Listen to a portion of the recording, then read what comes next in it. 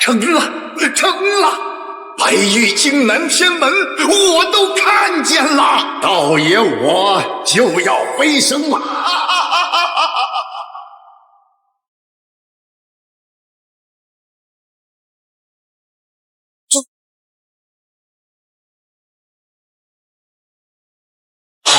这是山门老祖，这是太上祖师啊！这是师叔祖，这是师兄们，这你们不是都飞升仙界了吗？怎么全都嘎在这儿了啊？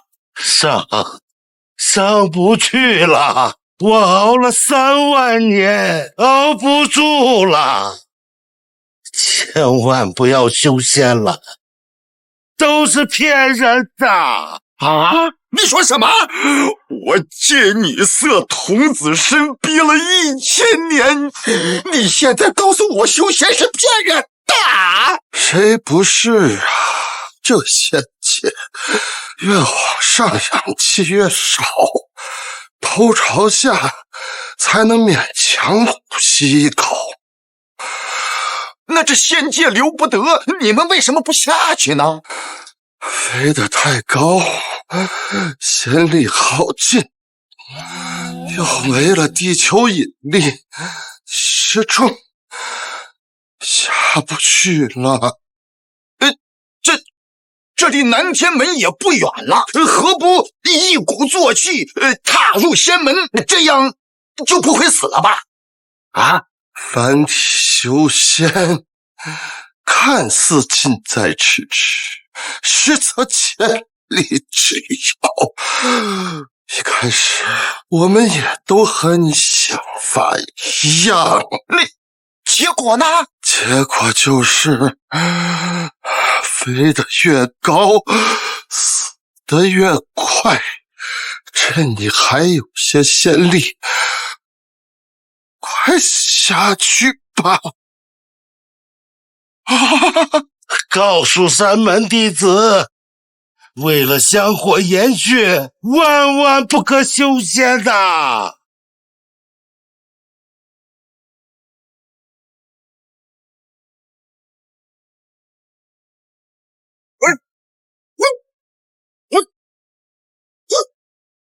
一炷香了还没下来，爷爷肯定已经飞升仙界了。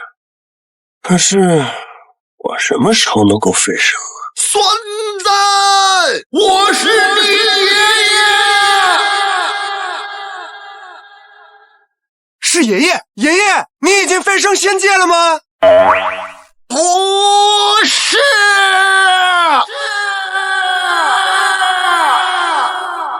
爷爷没骗我，果然有仙界，这仙我修定了。爷爷，仙界怎么样？去呀！爽！爷爷都说爽，那仙界一定很爽。我要赶紧修炼，争取去仙界爽一爽。山门新规，为了延续香火，不能再修仙。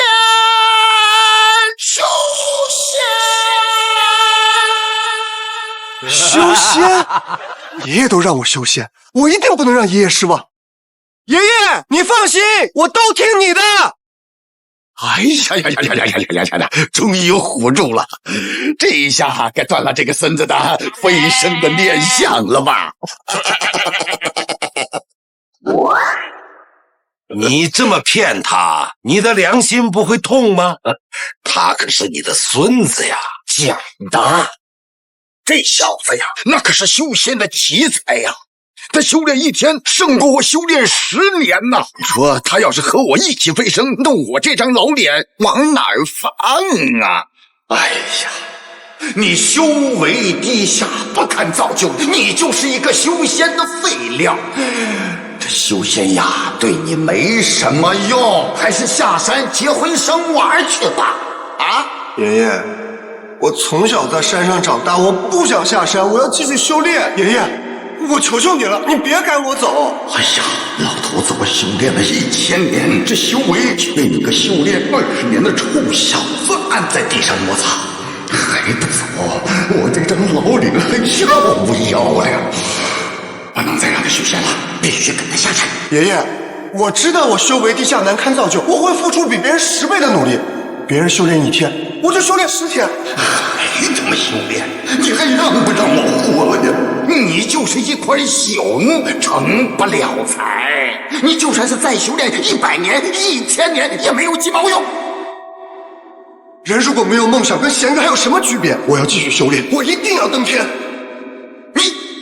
你登个嘚儿啊！你登！哎呀，气死我了！气死我了！山门有变，弟子张道恒恳请仙门祖师降临，助我一臂之力。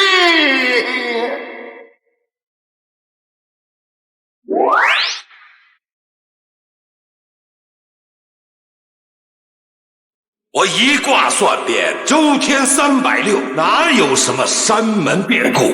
道恒，你给我搞什么飞机？呀，老祖啊，瞒不住了！我孙子飞升境一成，若他先我一步登天，那这山门的脸面都让我给丢光了。邱祖师，你给我演一场戏，断了这孙子的登天梦想吧！20年修为，成仙入圣，这世上果真有如此奇才吗？哎呦，没有见到之前，我也不相信呐。这孙子3岁筑基，5岁炼气，7岁分神，10岁就达到了陆地神仙境啊！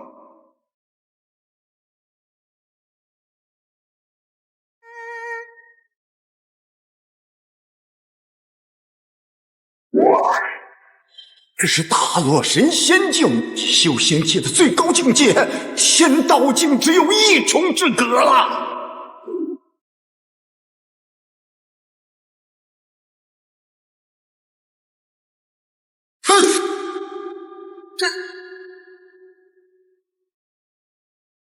我不是在念仙经吗？怎么到天上来了？爷爷，救我！爷爷，孙子！这是大仙人炼气时的仙气乱流，把你给卷上去了。你要是想要活命的话，就赶快下来吧。爷爷，这么高怎么下去啊？你也没教我怎么跳啊！你这境界还用教吗？这随便一跳不就下来了吗？你能上去下不来，你这修为呀，还不如天上那条狗。以后啊，你就别再修仙了。这样，你尽管往下跳，爷爷我接着你，来吧。好，爷爷，你可一定要接住，我要跳了啊！孙子，你就跳吧，爷爷的本事你还能不知道吗？来，爷爷接着你，摔不死你，来吧。生死由命，富贵在天。爷爷，我来了。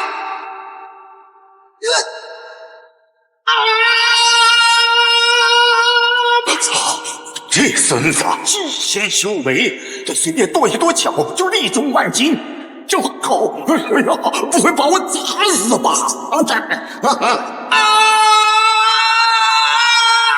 我这条小命在你手里，你可一定要接住啊！不管了，砸死，老东西，我得让他知道我的修为不如他。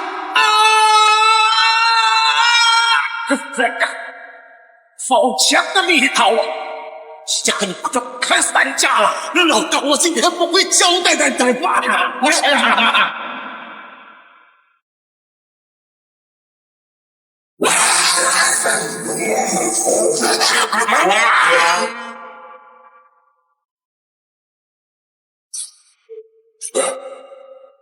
爷爷不愧是能飞升仙界的大仙人，这么高都能接住我，真厉害。爷爷呢？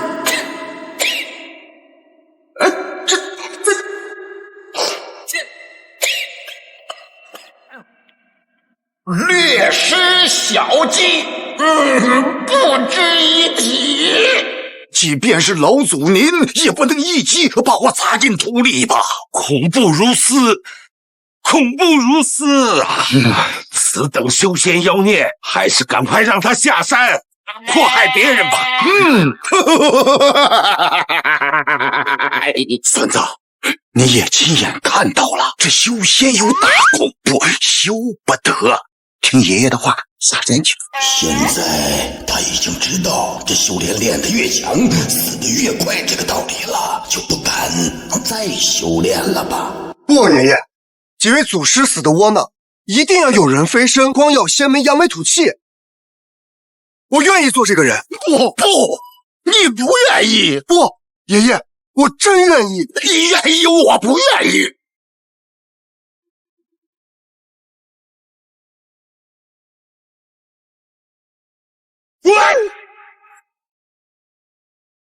这凡修仙要过天上那道关，这老祖都过不去，你能过得去啊？不信我正中你！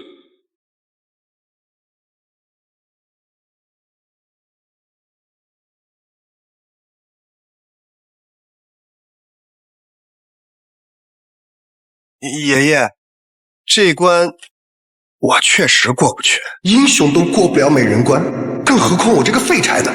算是唬住了。当年我捡了你，现在又找到了你的亲爹老子，还给你定了一门亲事。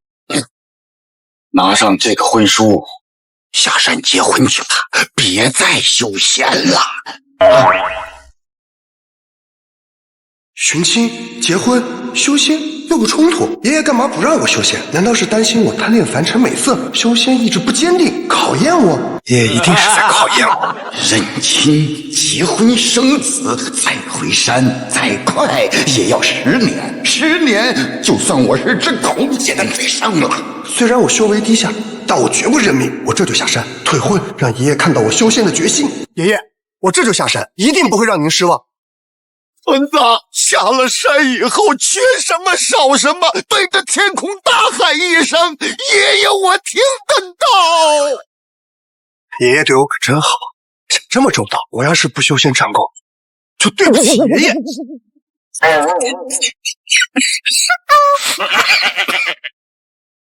我不管这门亲事谁定的，我绝不答应。哼！这门亲事是玉京仙人钦定的，你儿子也是玉京仙人养大的，你凭什么不答应啊？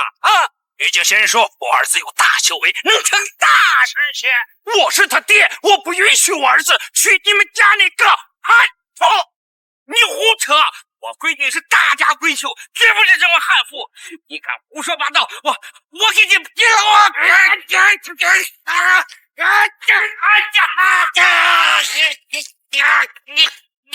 你个老东西，你不讲武德，你供我下山路啊！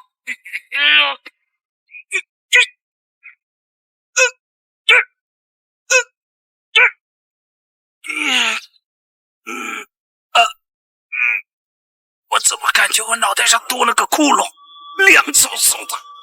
哎呀，我怎么感觉我的脑袋也穿了呀？来人，快来人呐！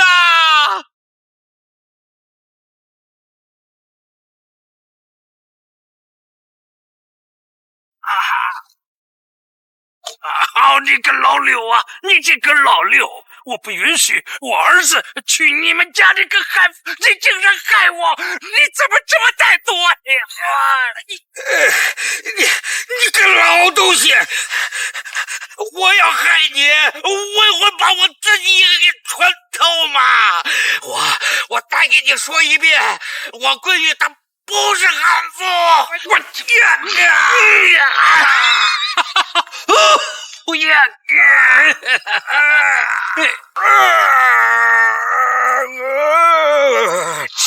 谁说不是？我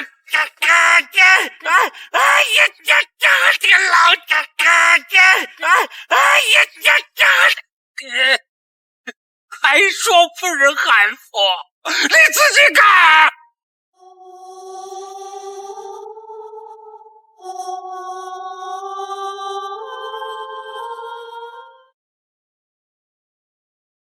爹，张伯，你们忍住，我来救你们了！停，闺女，可不敢看呐！闺女，我们都是4户人啊，我们要用4户人的方式来解决啊！爹已经听了神医了，马上就到啊！等他们来，我们早就凉了。老夫我一生修武道仙宗，我没事。大侄女，砍！爹，你相信我，砍断腰枪拔出来，你们就都能活了。我砍了。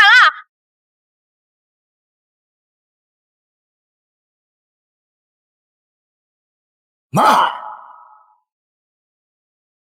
枪身穿透，脑弓髓海，靠蛮力断枪，这不能拔出来，髓海已破，这必死无疑嘛。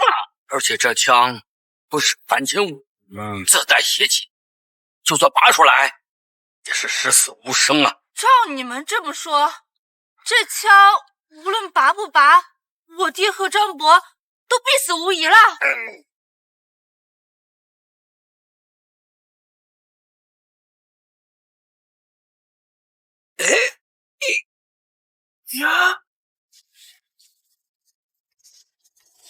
呀，不是你们都这么大年纪了，还整这种节目呢？我靠，真的？不是，老头，你们这枪从头上穿过去，不疼吗？你这人到底有没有教养？没看到人都快死了，还在这说风凉话？不是，你都知道人都快死了，还不把枪拔了，赶紧救人啊！哪来的野小子？是在教我们做事吗？这枪拔出必死啊！滚！二位家主，你们的时间可是不多了，还是抓紧时间交代后事吧。哎，我就进来讨碗水喝，你这把碗还给砸了，还骂人。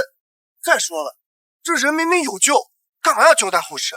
能救！小兄弟，你就是医道仙宗的神医吗？不是什么医道神，不是什么医仙，我就是玉金山上修仙那个小徒弟，翻过几本医书。玉金山，玉京仙人传来话说有一位大修为的弟子要来我们柳家完婚，难道就是你吗？玉京仙人让我在此等我儿子来团圆，说我儿子已经到达了大罗圣境的修为，就是你。大罗金仙？不是，我虽然也是下来寻亲结婚的，但是我修为很低。我爷爷说我还不如山上的一条狗呢，我肯定不是你们要找的那条狗，不是你们要找的那个人。要是能在临死之前见我儿子一面也值了，可是现在怕是见不到了。海燕呐，爹死了，你记住，一定有同玉京山的弟子完婚呐，那可是大修为的仙人，是咱们柳家的贵人啊！你嫁给他之后啊，咱们的老祖宗在地下也会笑出声的啊！都说了，虽然我不是你们要找的那个人，但是你们这伤我能救。哼，我修医仙300年，从未见过穿透脑弓髓海的还能活下来。你懂一点医术皮毛，就在这胡说八道。没错，医道仙籍里曾经有过记载，像这种穿脑伤只能保一个，张家主和柳家主只能活一个呀。我真能救，在那玉金山上，2头野猪被打猎的洞穿了脑袋，我都能给救好。什么？2只野猪？2只野猪？你骂人！我的意思是，你让我试试，这俩老头我真能救。放屁！这人命关天的大事，让你试一试，只要出了人命，你担当得起吗？张家主、柳家主，你们说是信我们，还是信他？虽然我第一次见到这个小兄弟，可是有种说不上来的亲切感。小兄弟，你真有把握？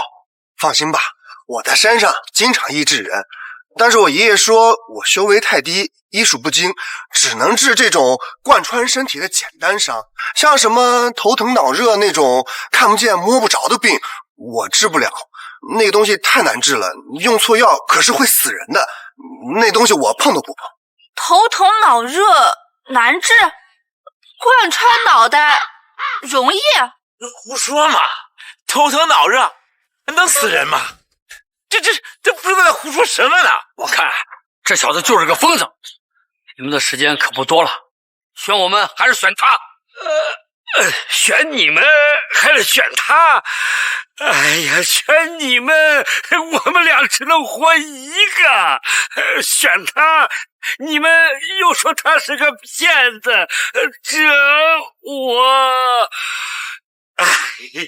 要么一起活，要么一起死，只能活一个，让谁死谁愿意啊！我选小兄弟。大小姐，这里是柳家，虽然张家主选了他，可最终的决定权还是在你呀。我不能冒险，柳家可不能死人。我选，还是大小姐有眼光，有眼光。我选他们。他们的方案只能救活一个呀。你爹的命是命，那老头的命不也是命吗？我说了，柳家不能死人。明白。张家主，这对不起你了，这枪只能从这头发出来，才能保住柳家主的命啊！我来帮。好。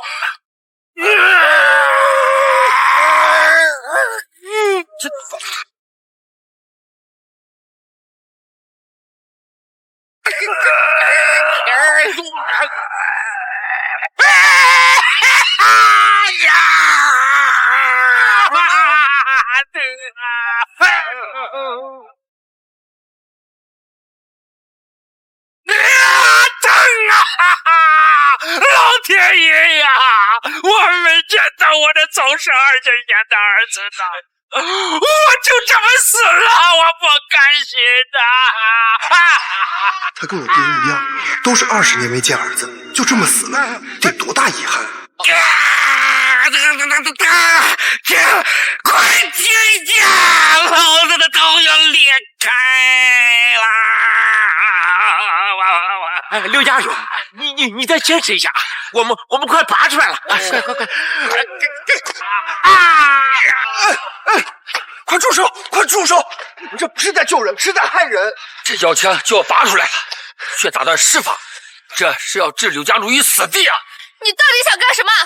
我们柳家和你无冤无仇的，你为什么要害我爹？害人的是他们，这枪无论从哪头拔，这2人都得死。这是银蛇腰枪，打蛇要打7寸，只有在7寸处劈开同时拔才能救人。劈开？你说的容易，这是玄铁金刚锁住，不要说我们这些小仙了，就地仙之祖啊，他也劈不开。玄铁金刚劈不开？现在地仙都这么弱了吗？我在山上劈柴炼丹的时候，劈的就是这玄铁金刚。爷爷说这玩意儿脆得很，就算是条狗，修炼几年随便就能劈。你小子，你拐着弯骂人呢，说我们是条狗。我不是这意思，我是说我只修炼了20年，随便都能劈开。那像你们修炼几百年的医仙，那怎么可能做不到呢？小兄弟，如果你能真正劈开这腰枪，救了老夫的性命，老夫愿意把我珍藏了多年的仙缘都给你。刘家主，你还真相信他说的呀？这玄铁金刚若非大罗生境的大仙人亲临，任何人他也劈不开。拔也是死，不拔也是死，不如赌一把。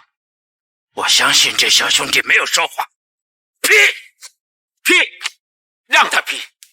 他要是劈不开，看他怎么圆他自己的谎话。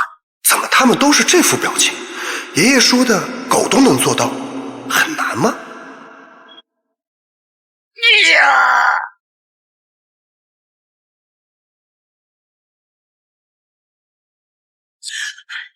我警告你，你今天要是砍不断这腰枪，或者我爹有任何闪失，你就走不出柳家这个大门。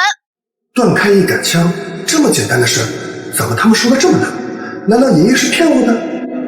不可能，爷爷怎么会骗我？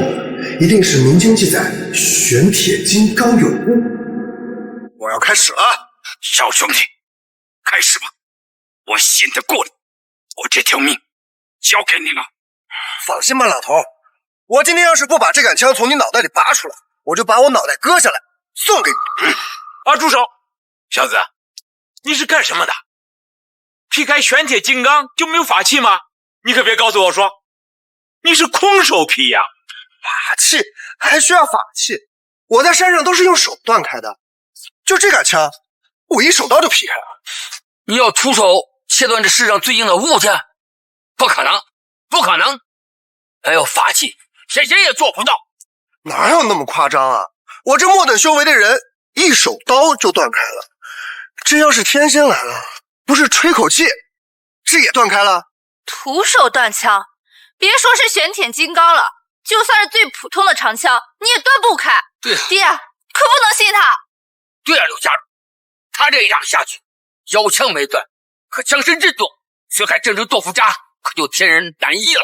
哎，你们几个是不是只想着救他一命，没想着救我是吧？小兄弟，劈！要死一起死！老头，我说过，你们两个都不会死，我这就救你。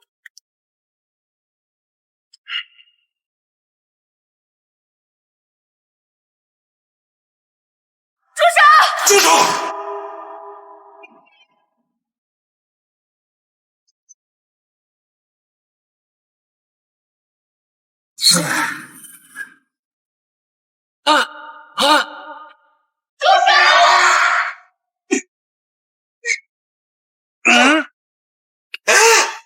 断开了！哎，真是断开了！哎，居然真的断开了！小神仙，你真乃神人也！你这手怎么做到的？这手看着没什么两样啊！说了，这玄铁金刚很脆的，轻轻一劈就断了。就算是修炼了几百年的法器，看在这玄铁上也没有丁点的痕迹，他怎么可能这手一劈就断？我爹莫名其妙的被枪穿头，你又莫名其妙的来到我家，这枪是妖枪，而你又是山上的修士。大小姐，你什么意思啊？我是碰巧路过，你怀疑这妖枪是我穿的？难怪呀，劈开妖枪，原来你是这幕后黑手。这妖枪上一定动了手脚，这妖枪本来就是断的。什么？原来你就是害我刘家的黑手啊！小兄弟，我跟你无冤无仇，你害我图什么呀？对啊，我害你，我图什么呀？再说了，我要真想害你，我干嘛还救你？哎呀，老柳，你说什么呢？他要是想害咱的话，刚才他随便动几下，我那脑子就成豆腐渣了。张家主啊，你可别被他的表现给蒙骗了。是他救了你们吗？不是吧？这妖枪不还在你们头上插着呢？接下来就是最简单的事了，直接把这两柄枪从他们头上拔出来就可以了。这拔枪才是最要命的，你却说是最简单的。这头乃元神之斧，拔枪时方向力道稍有不慎，那就元神溃散，就救过来还是活死人嘛。和我二人几百年的修为，也只能护住一个人，元神不散，邪气不侵。你修为末等，竟敢大言不惭，还想救两个人？真的是最简单的。这银蛇妖枪已经被我从7寸处打断，妖力全无。现在拔不会使元神溃散，我拔给你们看。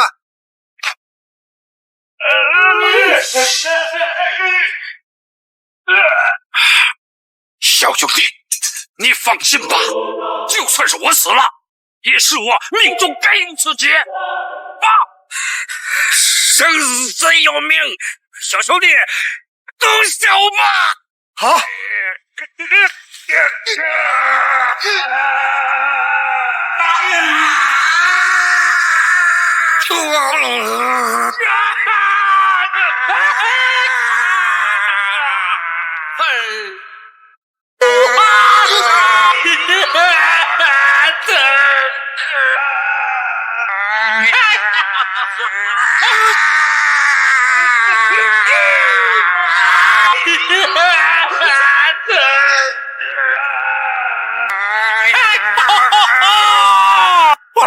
完了，这一尸两命啊！准备后事吧。哎呀，准备后事吧。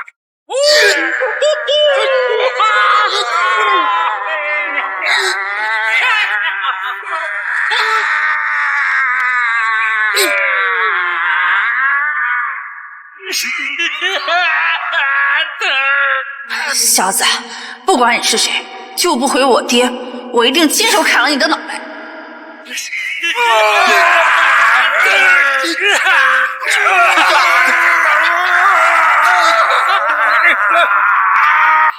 完了，蛮力硬拔，头崩骨裂，两位家主快撑不住了！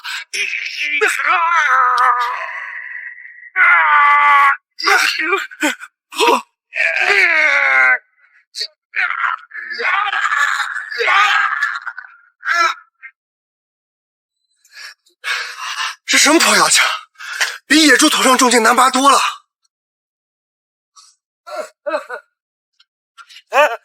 爹，我拔出来，真是拔出来了呀！小神仙，居然没事儿还活着！小神仙，你真是好手段呐！想不到这小子看着其貌不扬，倒是有一些手段。嗨，这也就是回光返照而已。妖枪拔出，邪气难出，邪气入脑，元神溃散，这两位家主还是要命无附体的。死不了，要驱邪气、护元神，2颗金丹就足够了。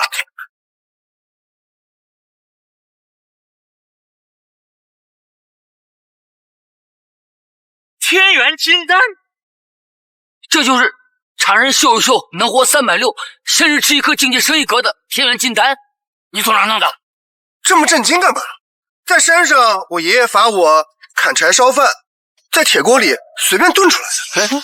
铁锅里这东西很珍贵，很新奇吗？很稀奇，很珍贵吗？哎呦，你把这妈字去掉吧，这可是大罗圣境上仙才能炼出来的。两位神医，天元金丹这么珍贵，你们怎么能确定他拿的是真的，而不是赝品？这种修仙界人人都能做的丹药，谁会做赝品？这不浪费材料吗？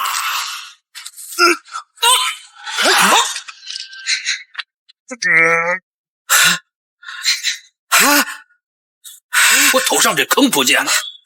哎呀，神了！我这疼痛感彻底消失了呀！哎呀，小神仙，真神啊！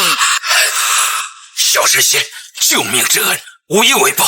等我接到了我那个大罗圣境的儿子，我让他跪下给你磕一个，受这种大修为修士一跪，能抵得上100年的仙缘福报。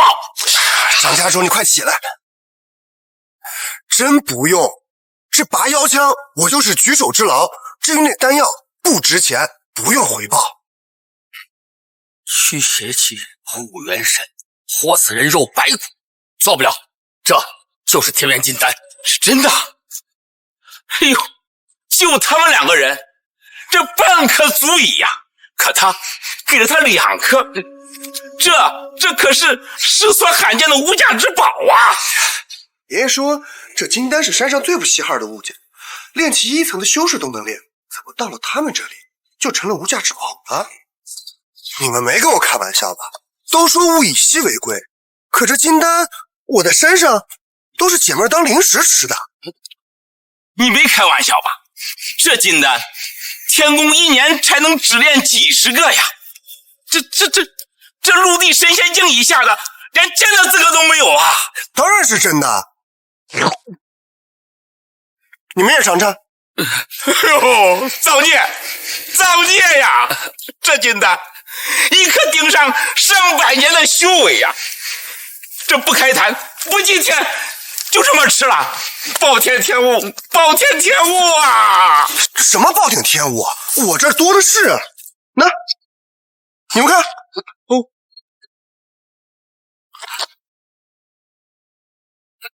他拿金丹像拿黄豆那么容易，这老夫的道心要崩了呀！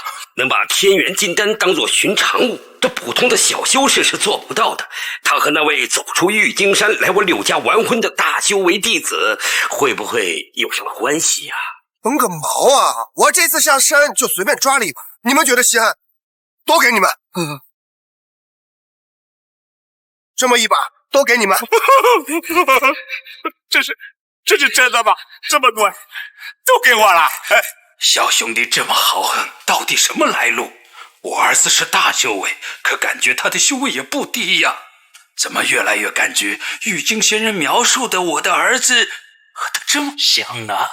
这金丹吃一颗胜过100人修炼，全吃了修为修炼1000年呀！是老夫我成身有望啊！少神仙大人，一道仙宗，来日必报。小神仙，连2位神医都称他为小神仙，难道他真的深藏不露？还是我看不合眼？小神仙，老朽敢问你，这妖枪它来自于何方啊？怎么从我们2人头上穿过呀？我不是什么神仙，我不知道啊，可能是你们家里招了什么邪物。哎，这样吧，帮人办到底。我带了几块山门玉石，你们放家里可以辟邪。哎呀，去哪儿了呢？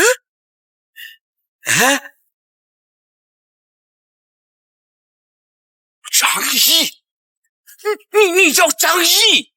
对啊，我叫张毅。张家主，你那么激动干嘛呀？你真的是张毅？六家主，你怎么也这么激动啊？搞得好像看见你女婿一样。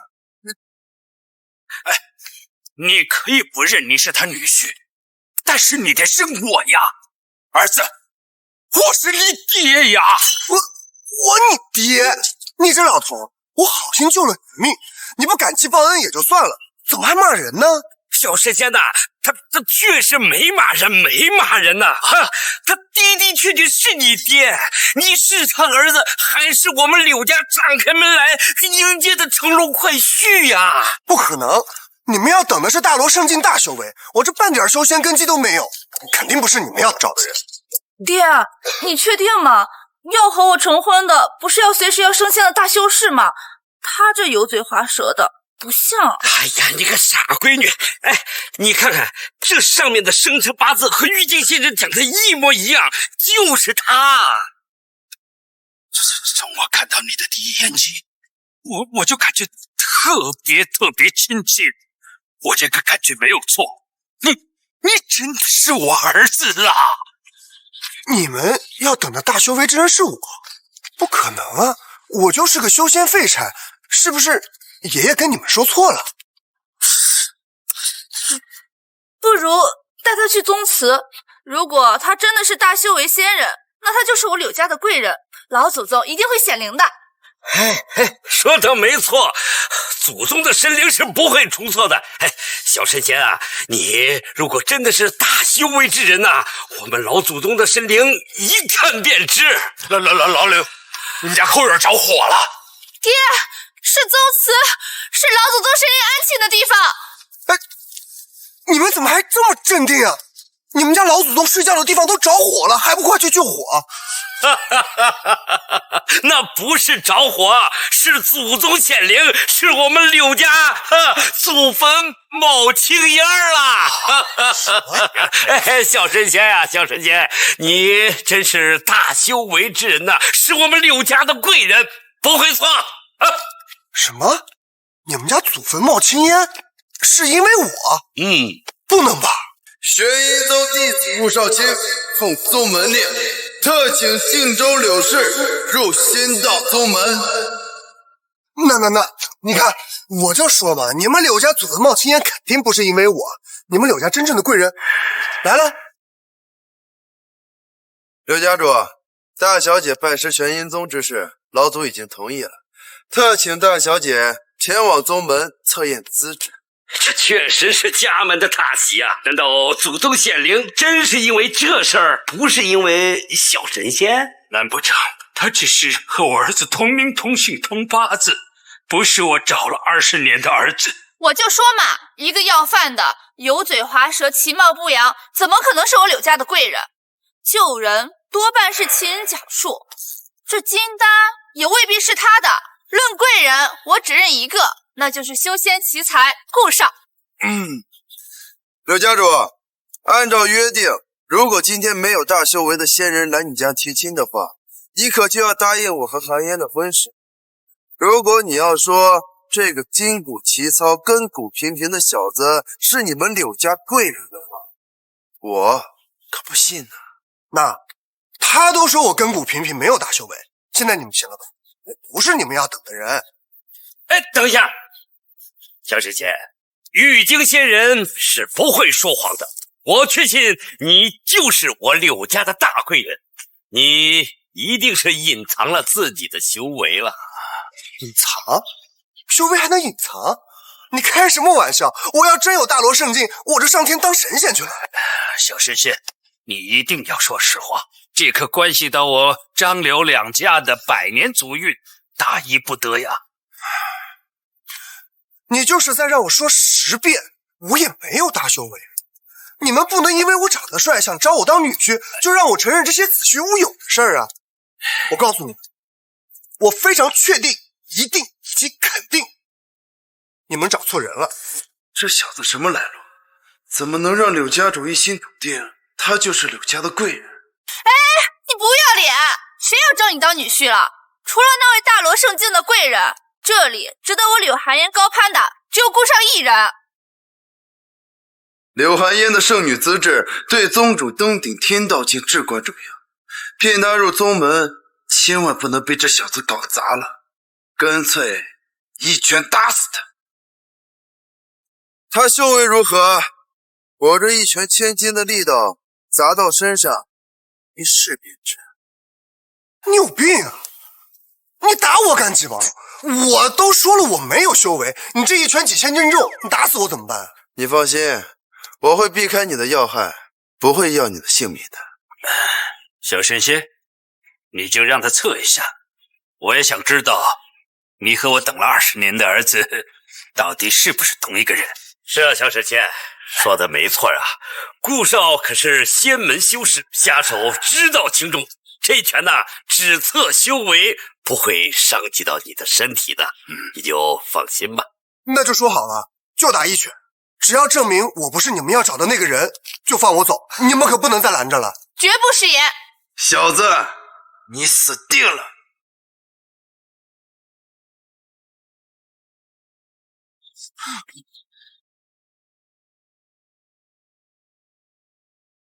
哎，爷爷保佑，他这一拳打不死我。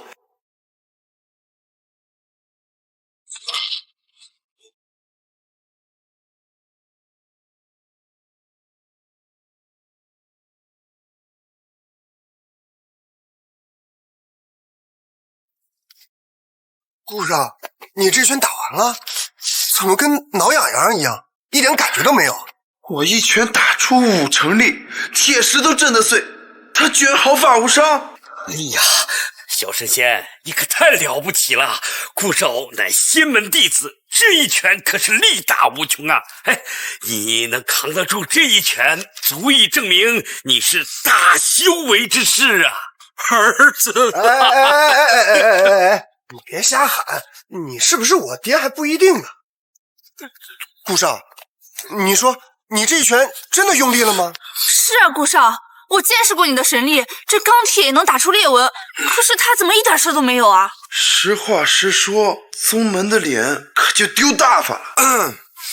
我这一拳呀，根本就没有用力，只是想试试他有没有胆子站在这里，以免我接下来的一拳打后，接下来这一拳我可要用力了。好吧，来吧。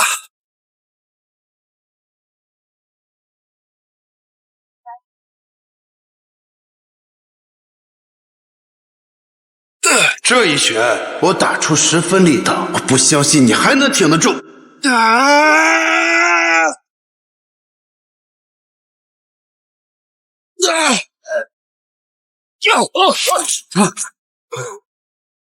现在仙门弟子的力气都这么小吗？顾少还在测我胆量呢。我测你妹呀！老子打出了10分力道，你还毫发无伤。这小子是什么妖孽？毫发无伤，毫发无伤啊！小神仙，你现在该承认你是我等了20年的儿子了吧？我承认什么呀？你怎么知道顾少这拳有没有发力？万一还是在测我胆量呢？顾少，你这一拳可不像没有发力的样子，难道他真的是那位大罗圣境修为的贵人？他是个屁！这一拳我不想要他性命，只使出了1成力道。他能扛得住，充其量就是炼气期5层的小修士，若我仙门10天的小童都能达到的水平。大罗圣境，他差得远呢。听到了吧？听到了吧？我都修炼20年了，才炼气期5层，以后可千万别再说我是什么大罗圣境了，是丢人。爹，你看到了吗？他根本就不是我们柳家的贵人，也许那位贵人根本就瞧不上我们柳家，就没来。不可能，玉京仙人是不会说谎的。哎，小神仙，炼气5层你都能扛得住顾少的这一拳，你怎么知道你不是在炼气5层之上的修为呢？我提议让顾少用上10层的力道，你再测一次。同意。挨打的是我，你们同意个毛啊！万一这顾少这一拳给我打死怎么办？关乎性命，我不同意。哎，还有啊，我好心救你们2个人的性命，我不求你们回报，就求你们别搞我，别搞我啊！告辞。测还是不测，这可由不得你。这一拳若是测出你是我柳家的贵人，我柳寒烟甘愿赔偿；若不是，你要什么赔偿，我们柳家也赔得起。顾少，再测。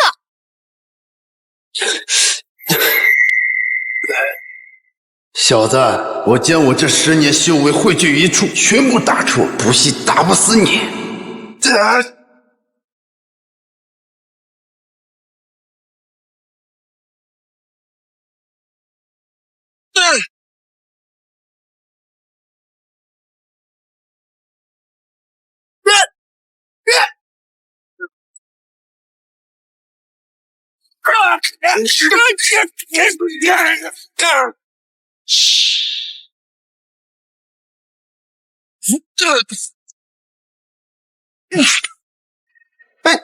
见了鬼了！我这一拳，落地神仙也得吐血，他怎么可能不上飞跑？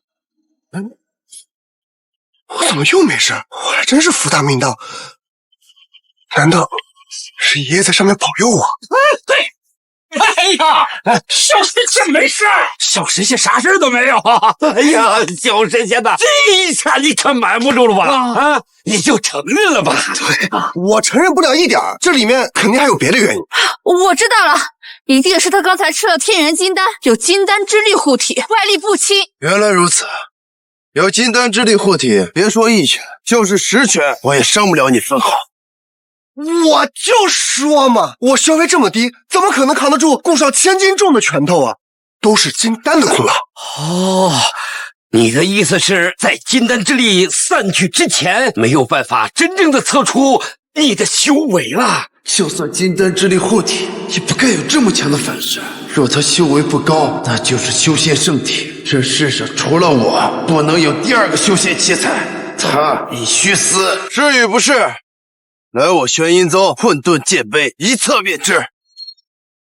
对啊，玄阴宗正宗之宝混沌剑碑，3万年测资质验灵根，从没出过错。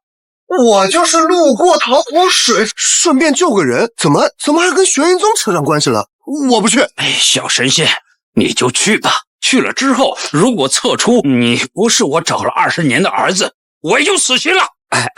小神仙呐，就耽误你半天的功夫。若真的测出来你的修为啊，那更好；若测不出来呀，我呀也就死了这个心，说明你跟我们柳家确实无缘，我呀就再也不拦你了啊！爷爷骂我是废柴，肯定没错。当然了，去就去，他们想知道，我就证明给他们看。好，去就去，但是你们别后悔，因为我会让你们所有人都失望。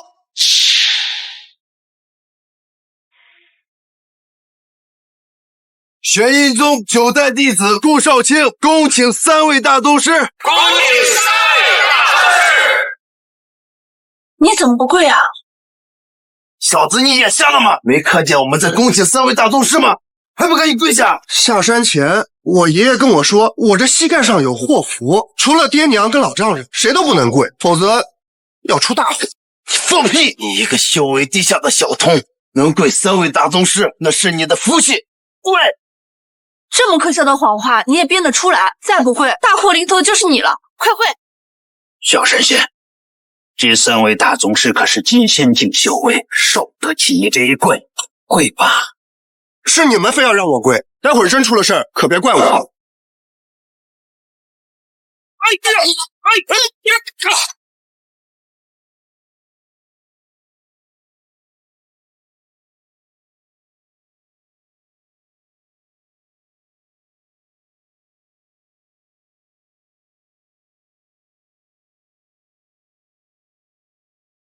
刚才怎么回事？这大地怎么突然间晃动了一下？是地震了吗？不是地震了，是三位宗师听到了我们的诉求，出关主持这次测资质了。果然是大宗师大修为啊！但是出关就这么大的动静啊！小神仙的资质今天一定能够测得出来。我的天，出个关都这么厉害，这修为果然比我爷爷还厉害。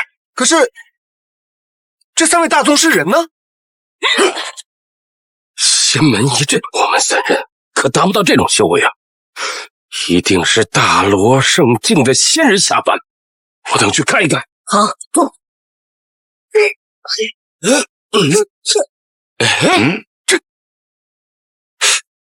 我等往来宗门与仙岛也千余次了，从来没有卡在这云上的时候。今天的仙云怎么这么硬啊？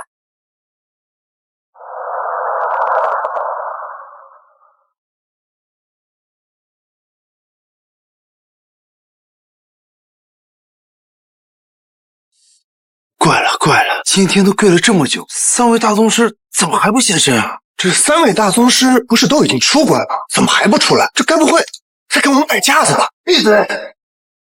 玄阴宗9代弟子顾少卿，恭请三位大宗师现身。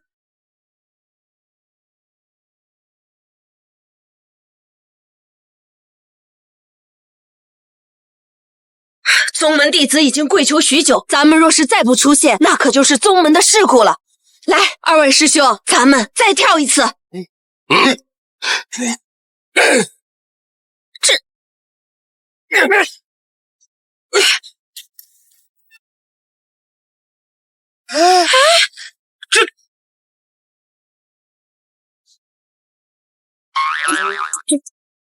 这不合理啊！除了大罗圣境的大仙人跪求，我等三人输不起，才突破不了这仙云智库，否则这没有理由下不去呀！这难道宗门下面跪的人里面有修为境界比我等还高的大仙人？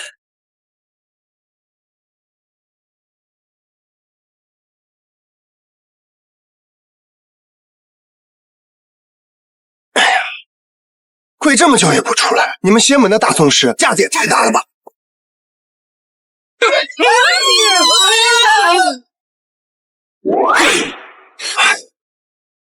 怎么突然又下来了？难道是那位大仙人又不跪了？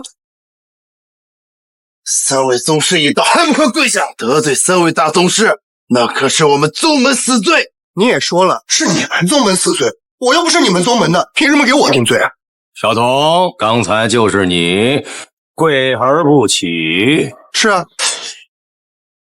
这里只有他一个人跪而又起，这时间又对得上。你说这个人是不是大仙人啊？我一生慧眼，查遍了3界，大仙人一眼便可看出，他根骨平平，不像啊。哎，先不可貌相。敢问上仙出自哪座仙门，来我玄阴宗作甚呢？不是，大宗师，你喊谁仙人呢？他吗？我上仙？你开什么玩笑？我跟这俩字沾边吗？你一跪，天上仙云凝滞；你一起，仙云又散。我等方才能下界，你敢说这跟你没有关系吗？我冤枉呀！就算是有仙人下跪，让你们在天上悬着下不来，那个人也肯定不是我。虽然我怀疑他是修仙圣体，可修为在3位大宗师之上，不可能吧？小神仙，大宗师的判断是不会有错的。你就是那位大修为之人，你就承认了吧？他凭什么承认？大宗师都说了，只是可能。他是不是大仙人，要测过修为才知道。没错，得混沌剑杯承认才是大仙人，未得混沌剑杯承认，称他为仙人，那是仙门的耻辱。是你们一直在叫我仙人，我又不是神仙，仙门有耻辱，跟我有什么关系啊？理不辩不明，仙不测不知，请混沌剑杯。请宗门圣器，宗门圣器，宗门圣器，混沌剑杯。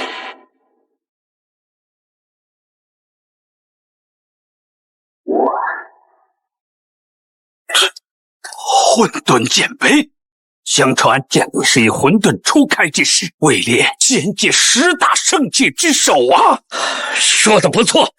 上至天道境，下至炼气期，这混沌剑杯皆能测出3万年来从无一例差错呀！剑杯已出，他有没有大修为，是仙人还是骗子，一测便知。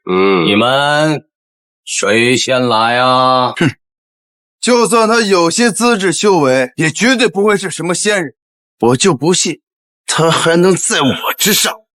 我先来。虽然不知道你拔枪炼丹是怎么骗人耳目的，但在这里，你休想骗过混沌剑杯。骗人？我没有，我真没有啊！为什么我一个炼气期的修为，爷爷说我很废，他们却觉得我是大仙人？他们中不会有人在说谎吧？弟子顾少卿，请剑杯限我修为，显我资质。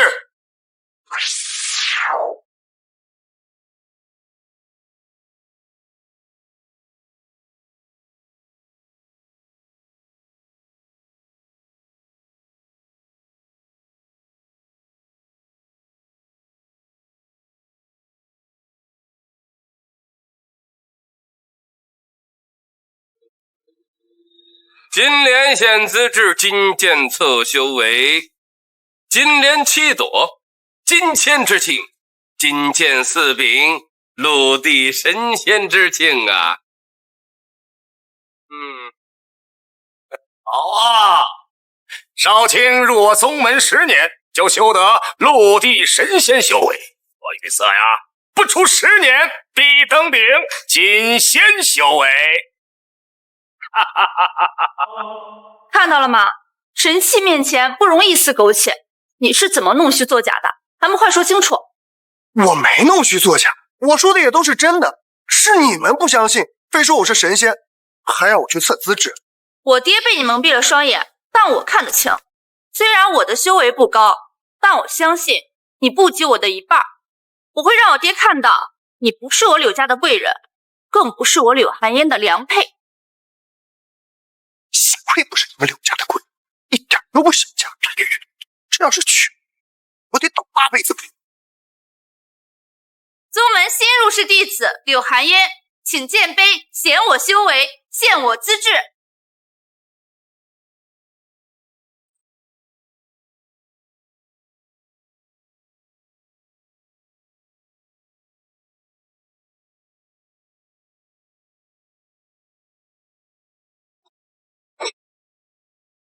不错，不错。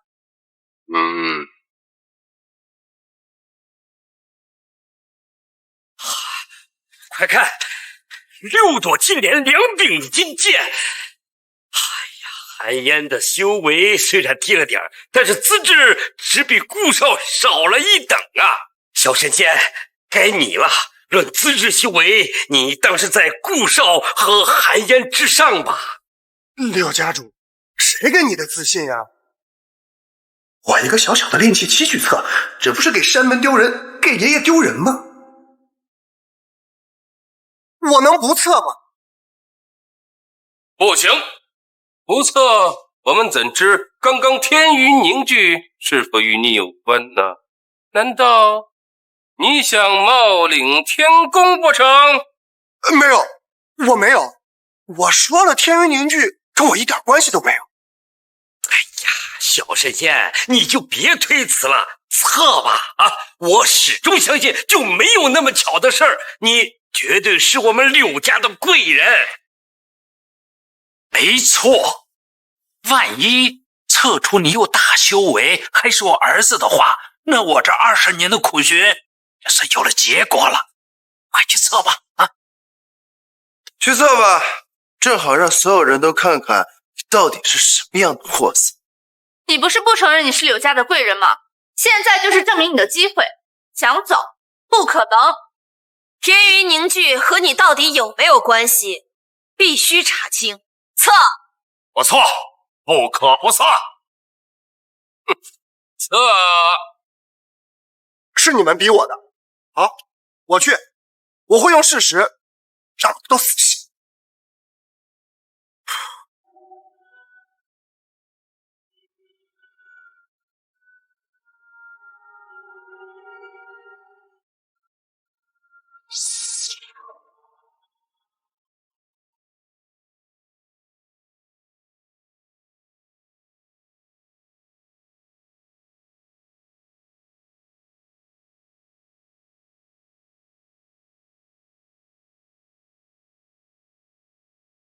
剑杯已经有反应了，就看出几朵金莲，几把金剑了。他能受我3拳不伤，定然有些资质修为，但总不会超过我吧？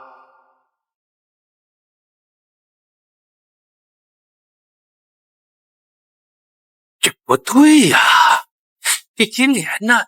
这金剑呢？怎么都看不见的？我早就说过，他就是位被赶下山的弃徒，根本就不是那位仙人。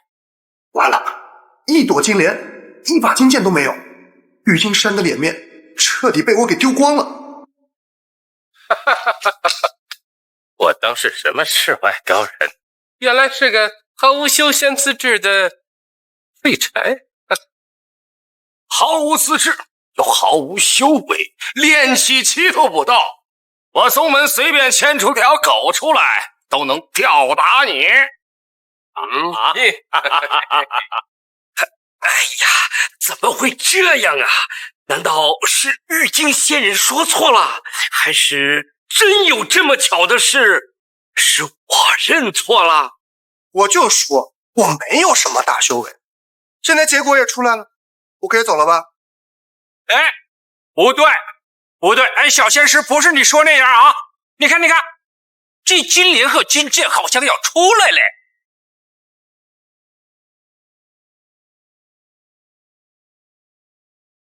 这剑杯灵光闪现，的确是金莲金剑呼之欲出之象。可这3万年了，这种异状还是第一次见呀！就算剑杯能够吞吐金莲金剑，也该只有一朵金莲，一把金剑，修为资质最末等1级。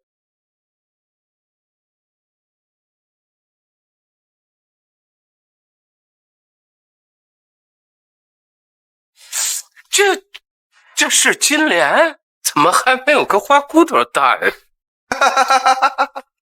这连个1级金莲都不算，恐怕这剑杯测出你只有炼气期的资质，吐出个花骨朵，可怜可怜。原本想着能多出几朵金莲的，没想到就这么一朵。唉，罢了，看来你真的不是我们柳家的贵人呐。不对，这金莲有1朵，虽然是1朵，但绝对不是花骨朵。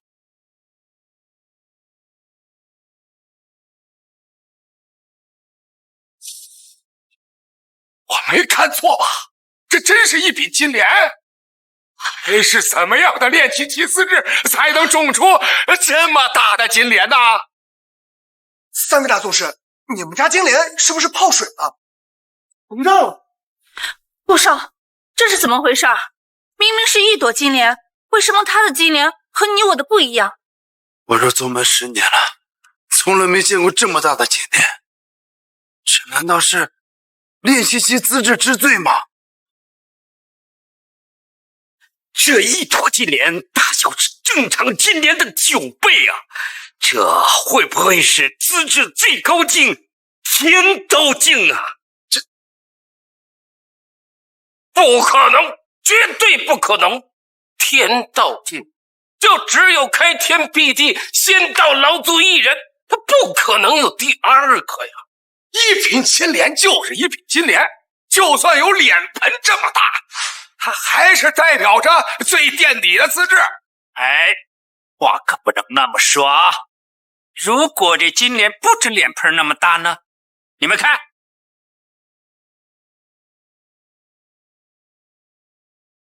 我操！什么？好大呀！观音娘娘的莲花座也不过如此吧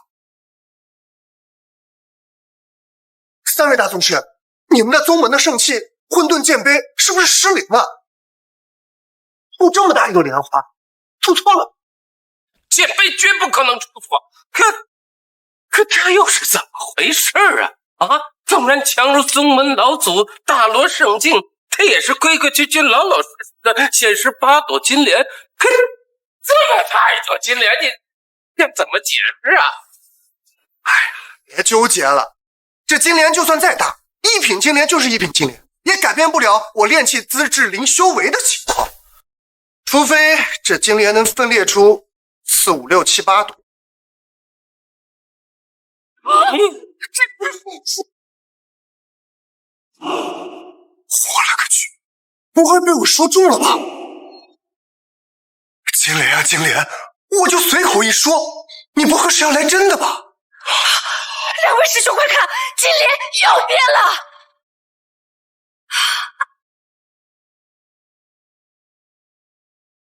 ！1个、2个、3个、4个，这太多了，数不清啊！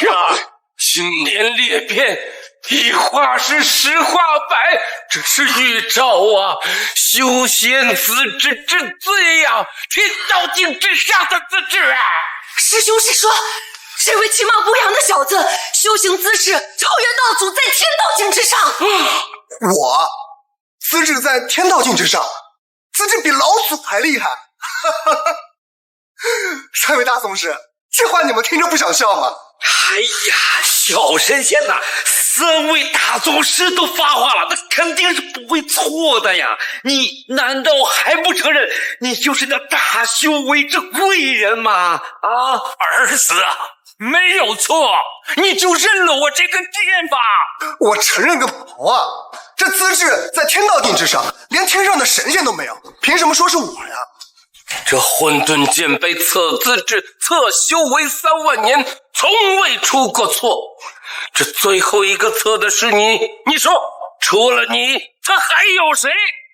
料到他有些修炼天赋，可天道境已然是极限，超越天道境，这可能吗？我不相信。倘若他真有这么高的修为，为什么他修炼20年，剑杯却一把剑都不出？显然他浑身上下没有半点修为。那他说的不错，我要是真有这么高的资质，早就到达金丹境了，至少要是出3把剑。我去，不会又被我说中了吧？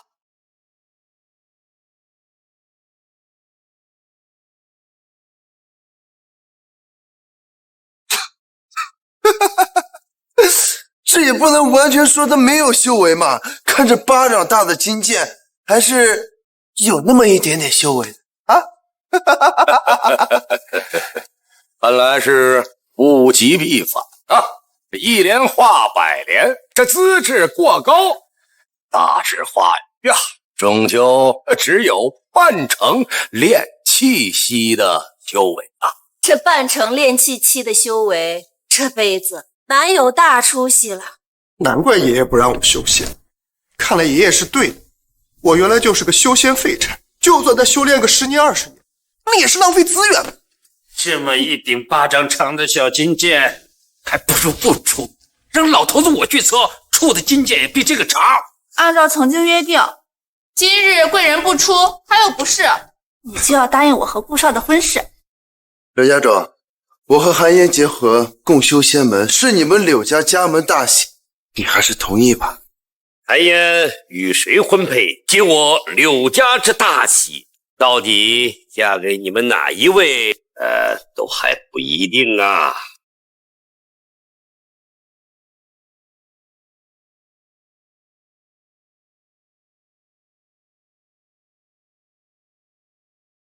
这么高，这么大，我这点修为，混沌剑杯太瞧得起我了。哎呀，这剑杯纯主巨剑，他就是老祖测修为，他也没有这柄巨剑大呀。这混沌剑杯测修为，这一向是以金剑的数量定修为等级。现在出了这柄巨剑，这算什么呀？算什么？等等再论，等等再论，这金剑还在变大呢！别长了，别长了，再长就要冲破朱门的屋顶了。我这兜比脸干净，赔不起啊！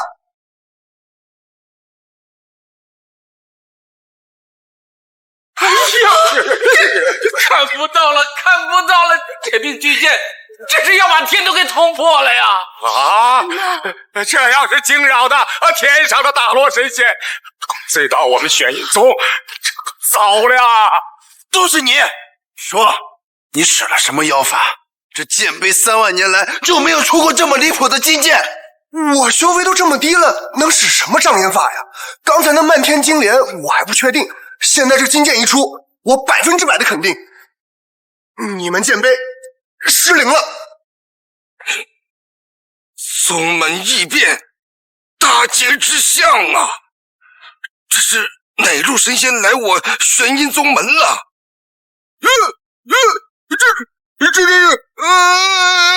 和我敌我后庭啊！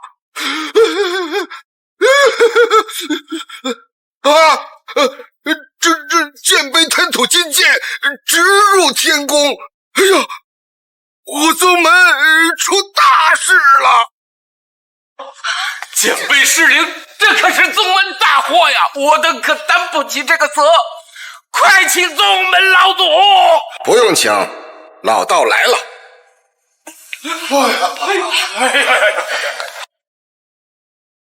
老祖，这小子有妖法，剑杯一见他，金莲遍布，金剑通天，还请老祖将他正法。顾少卿，你别胡说，是你们要我测资质、测修为的，现在剑杯失灵，也不能全怪我头上啊。灵体充盈，资质逆天，这小童是修仙的天选之人呐。我本想一柄妖枪洞穿其脑宫髓海，吸取柳寒烟圣女资质后无人追究，这两人竟然活了下来，看来是这逆天小童的手笔呀。也好，圣女圣子都来了，他们的资质我全要。你们家这老祖怎么了？在这瞎嘟囔什么呢？还在这傻乐？我做梦娶媳妇儿也没乐成这样。老祖，这小童该如何处置啊？剑杯神识不以人的意识为转移，他左右不了剑杯。要想知道他的修为和资质，再测。对，再测了好，再测好啊！哎，小神仙啊，有老祖坐镇，相信这剑杯啊，再也不会出什么异象了。我为剑杯注入阴毒之力，触碰者必遭反噬，性命难保。这小童的逆天资质就归我了。好，测就测，不管这次结果如何，你们都不能再拦着我了。好，不过这次测的是你能抵挡得住剑杯的几成灵力。几成灵力？什么意思呀？这意思就是啊，出剑碑者，遇灵气稳如磐石，不动如山，则修为上乘大罗神仙。若遇灵力脚下松动者，退后1、2、3步者，则修为为金仙、神仙、天仙3境界。若遇灵力气血上涌，血从口出，则修为为陆地神仙境。陆地神仙这么高的修为都要吐血，那我炼气期不会被灵力打死吧？那要是陆地神仙以下的境界，触碰剑碑会如何？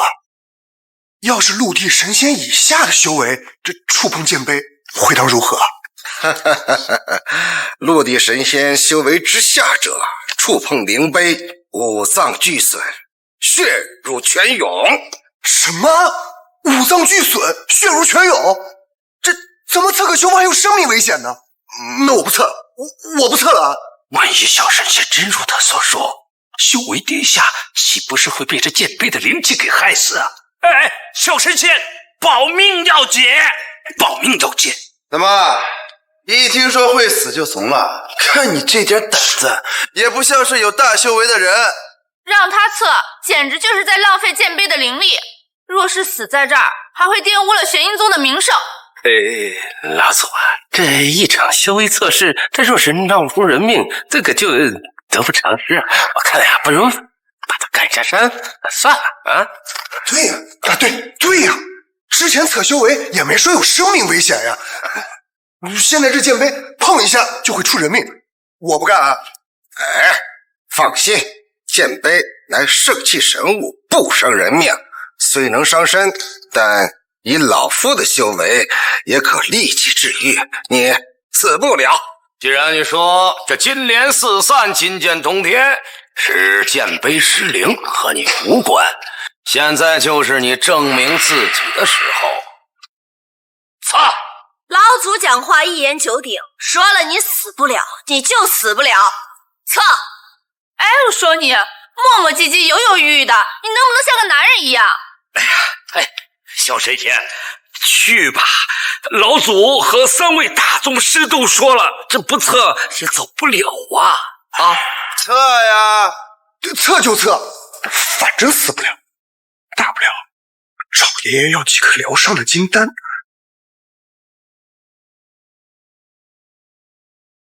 爷爷保佑，孙子这一劫伤成什么样，全看你了。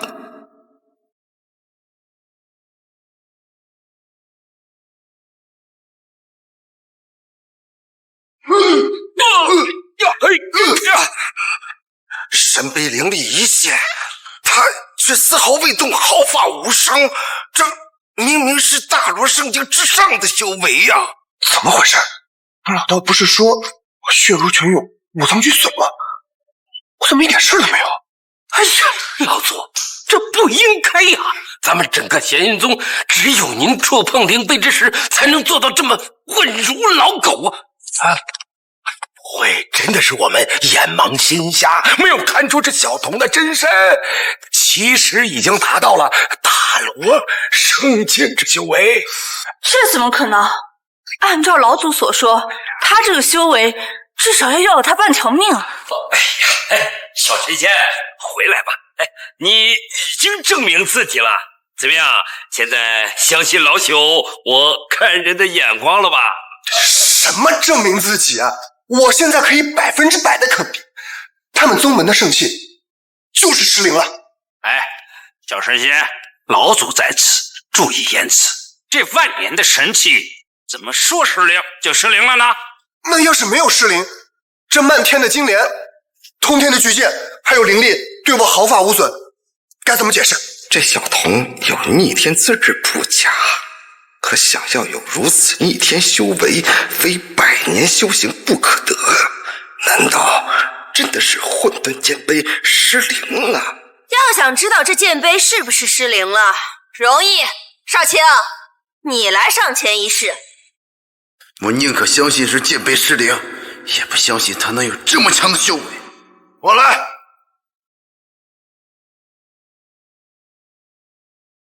少卿是陆地神仙修为，灵力与剑碑碰撞，若是血从口出，则证明这剑碑无恙。若是少卿和他一样触碰仙碑，安然无恙，那就说明这神器真的是失灵了。少卿，走。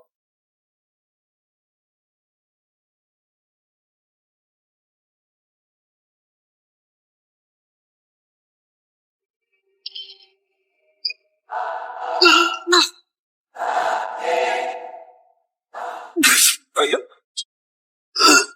少卿吐血了，这剑碑没有失灵，测出他的修为也是真的。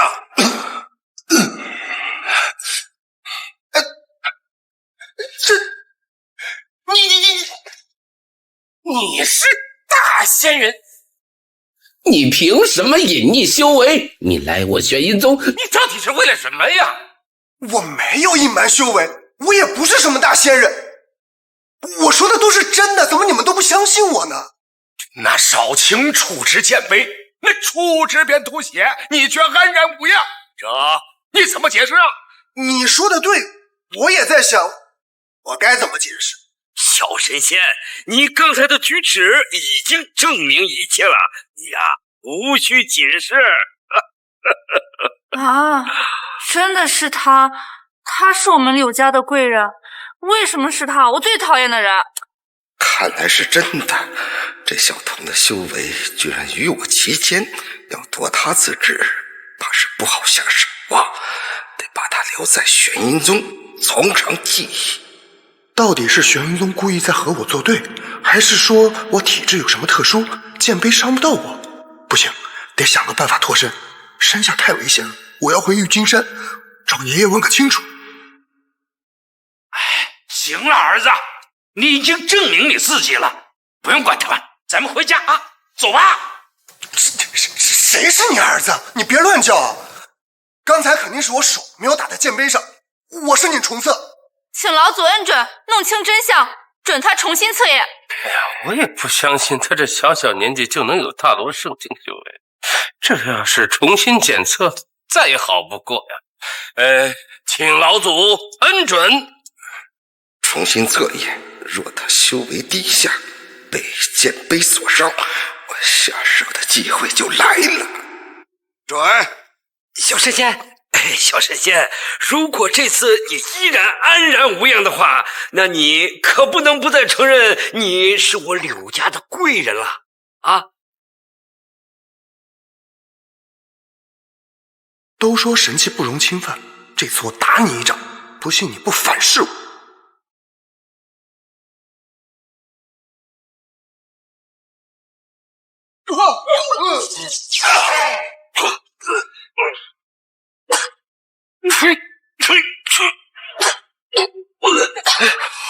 你们三个怎么吐血了？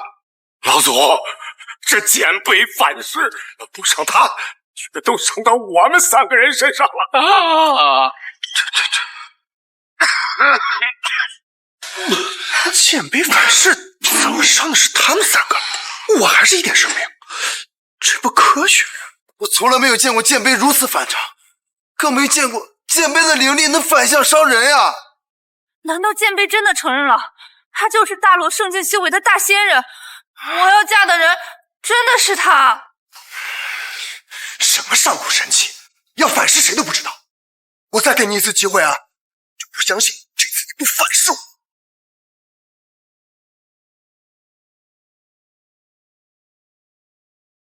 要干什么？你要重新测一次吗？没错，刚才一定是剑碑反噬的方向错了，这一次一定能反噬到我身上。别测了，万一剑碑再反噬到我们身上，我们可接受不住第二击了，会死人的。哎呀，这真的会死人的！别测了，你说什么修为，他就是什么修为，我都不来。你走吧。刚才是你们说的，要查清楚这些异象是不是跟我有关，要测我修为。现在怎么你们一个个都反悔了呢？不是反悔，是保命。剑碑今天确实有些反常，再反常一次，我们的小命今天就交代在这儿了。老祖，别让他再测了，快让他走吧！这个到手的逆天资质，不能就这么放走了。就让他再测一次。若剑杯的反噬还不能反到他身上，那这一击我就替你们扛着。测！就算剑杯再次反噬到旁人身上，我不出手，他们又有谁敢怪罪到我头上？混沌剑杯，反手吧！我的清白全靠你了。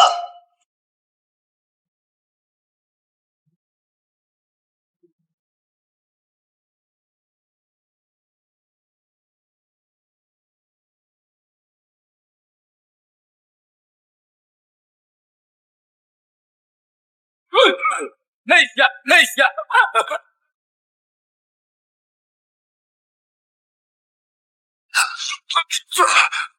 大地真真，混沌剑杯发怒，这一次的反噬毕竟是摧枯拉朽，可千万别抛弃到我身上啊！我还是没事。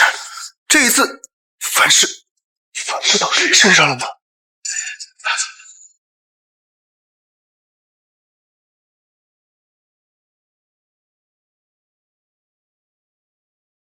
哎呀，这一次这剑杯反噬之力不会又打到我们几个身上吧？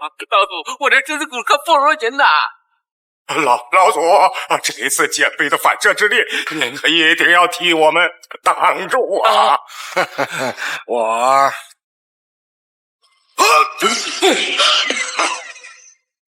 这一击居然反噬到了我的身上，还好老道修为高深，挺得住。老祖，老祖就是老祖，一言九鼎啊！说替我们挡下这一击，就替我们挡下了这一击。区区一击，何足挂齿？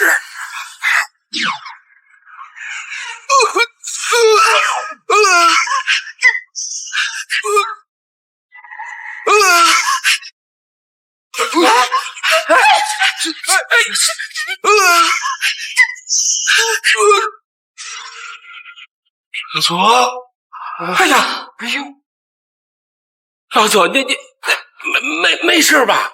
我没事，挺得住。哎呀，你看，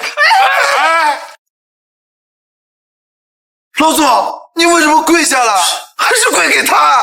对呀，您是修炼上万年的宗门老祖，我一个连您徒子徒孙都达不到的晚辈，我何德何能受您这一拜啊？哎呀，老祖啊，你如果真的佩服小神仙的修为，您说出来就行了，不用跪下吧？谁说我要给他下跪啊？我这就起来。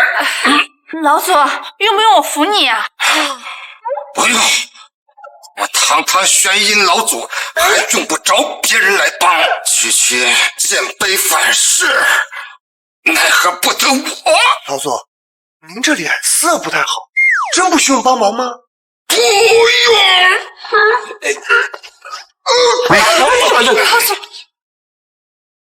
哎呀，老祖吐血了！这混沌剑杯宁愿反噬打伤老祖，他也不愿伤得半毫。他真的是大仙人呐！本想带他回宗门献给老祖，不成想老祖被他所伤，还捧他成了大仙人。哎呀，小神仙呐，大宗师都承认了，你就是我们柳家的贵人，这次啊绝对错不了，你就认了吧。最合我心意的明明是顾少，和我定下婚约的却是他，难道我真的要嫁给他吗？你们先别着急下结论，这老祖还没说话呢。这剑杯反噬到底是剑杯紊乱，还是我修为太高？老祖，你说。若承认他修为太高，任他远走，那就是打了整个宗门的脸呐！得不偿失，不如暴殄剑杯，要他献出资质与修为作为赔偿。如此最好。老祖，你想什么呢？老祖，你快说句公道话呀！事不过三，再测一次。再测一次，万万不可呀，老祖！这剑杯反噬之力之强，我想就算强如是你，再来一回他也承受不住呀。没错儿，没错儿啊！这是万一剑被反噬再到我等身上，修为难存，性命不保啊！老祖，无论他实力如何，和我们宗门并没有太大的关系，快赶他下山，万万不可再测了！对呀，老祖，你这是何必呢？你就承认剑杯失灵错乱，有这么难吗？你不辩不明，宗门之内容不得半点怀疑。测，若再遭剑杯反噬，老道认了。小神仙呐，让你测你就测，前2次不都没事吗？这次肯定也不会有事的。测过这一次之后啊，你看看他们还有什么话说啊？没错，事不过三嘛。如果测3遍，结果都是一样的，他们也不用再怀疑了。我相信老祖，让你测必有把握。我不相信你这3次都是一样的结果。好，那就说好了，就测最后一次。哎呀，小神仙，我们承认你是大仙人，这不能再测，这剑杯灵气反噬会死人的。我等修炼3些年，才到金仙境，修炼1层，境界就能位列天宫仙班，不能毁带证啊！别测，别测了！老祖让我测最后一次，你们又不答应，我到底该听谁的嘛？起来！你们3个大宗师归一小童，成何体统？让我宗门严命何存？老祖啊，如果他真的是与您修为期间的大仙人，我们3个贵人也不在其次呢。老夫修炼半年，才能有如此大罗圣境之修为啊！区区一20岁小童，凭什么与我齐肩？测，老祖说的对，我就听老祖的，测最后一次，让你们知道我最真实的修为。住口！测，万一这次剑杯又错乱，灵力反噬到别人身上怎么办？得想个办法。为了他的逆天资质，自毁剑杯值得。若剑杯自毁之前还有反噬，我这万年修为还能再扛一次。来吧，有了，看这次谁还能说我有大修为？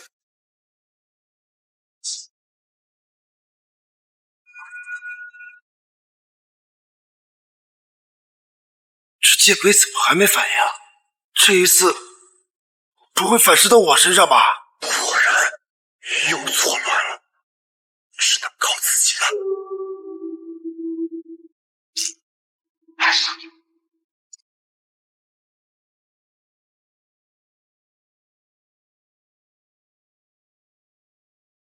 出血了！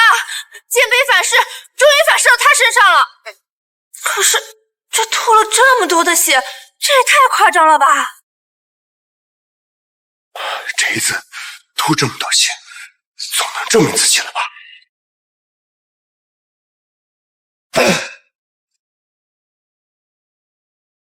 哎呀，要是这么看来，还真是我们错了啊！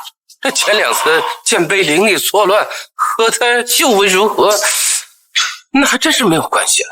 这还是老祖英明，幸亏老祖坚持让他再测一次，要不然我等就被蒙在鼓里了。为何他会突然被灵力反噬？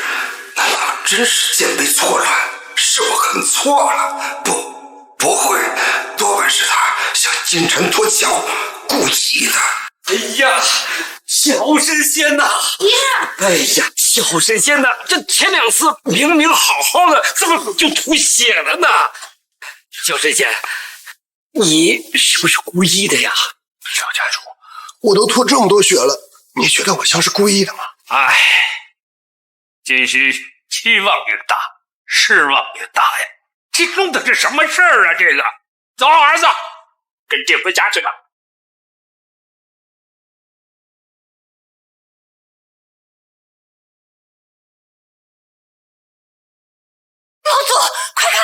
混沌剑杯生疏异象，这是什么征兆？剑杯自毁，不论你修为多高，今天都走不了。这是神器自毁。什么？自毁？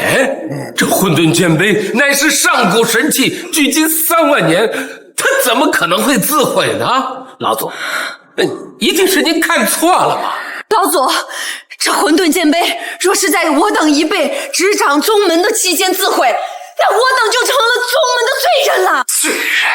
哪比得上吸收他的资质，上天去做大仙人呐？神器之力，无人能阻。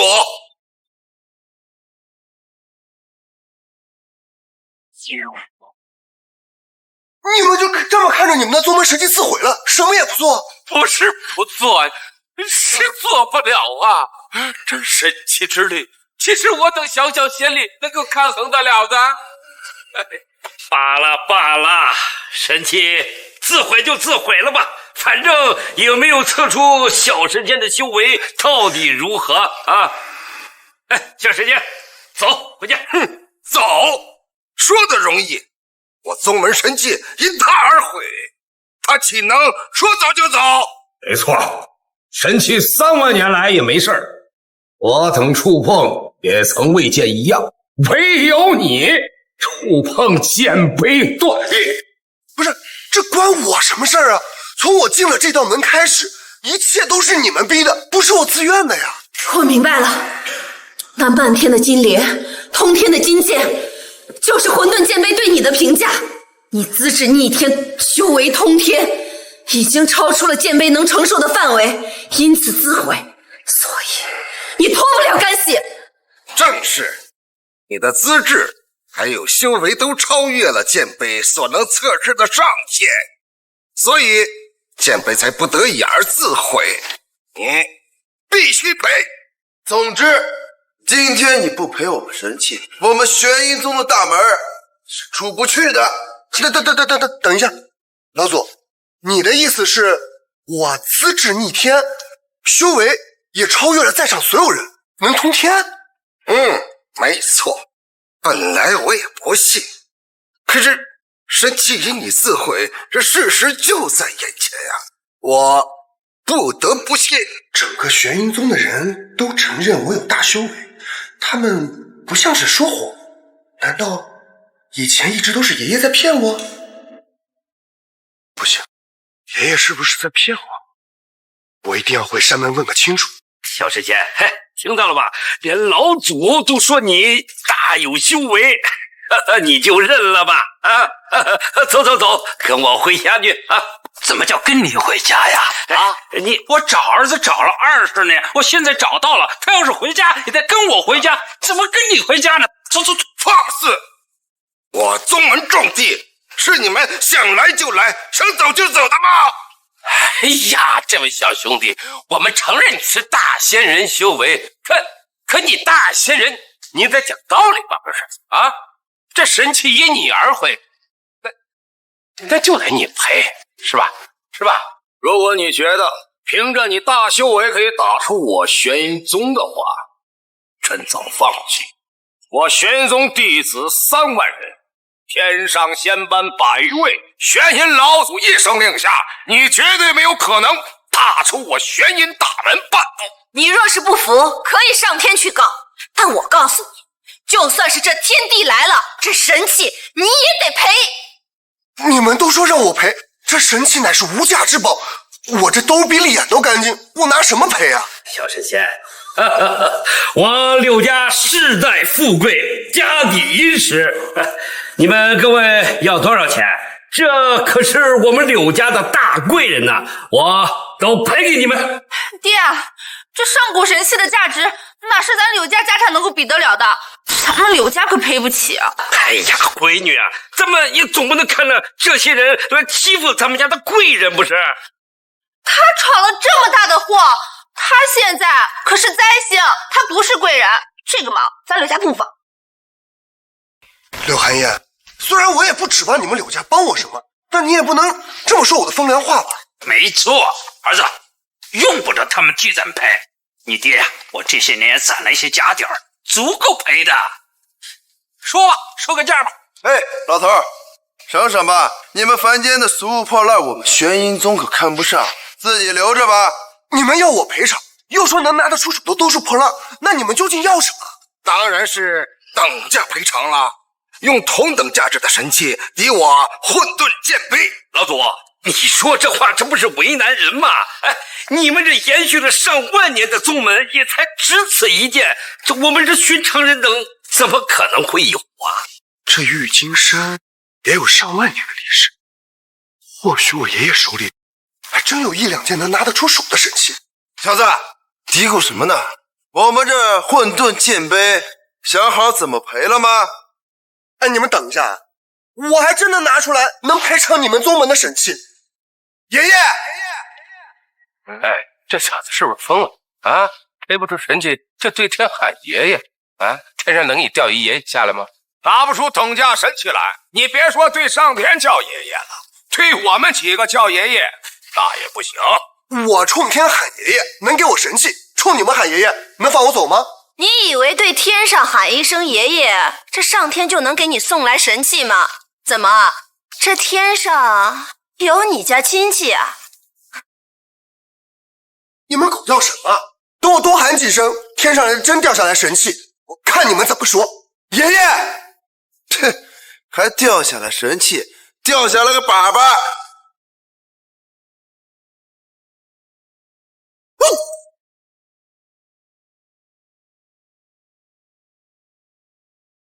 真的有东西落他手里了？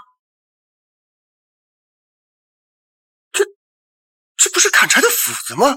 我要的是上古神器，给我一把破斧子干嘛呀？哎，小神仙，你对着天上喊爷爷确实是有效，可这斧子也太旧太破了吧？不如把它给扔了吧？啊！看来我玉金山是真穷，一把像样的神器都拿不出来，就一把斧子，你要不要？放肆！你这一把破砍柴斧，想抵我宗门神器啊？你当我玄阴宗是什么啊？收破烂的吗？虽然你有大修为，可我玄阴宗弟子众多，真动起手来，你占不到便宜。一把破斧子，我玄阴宗不收。不要，那就扔了。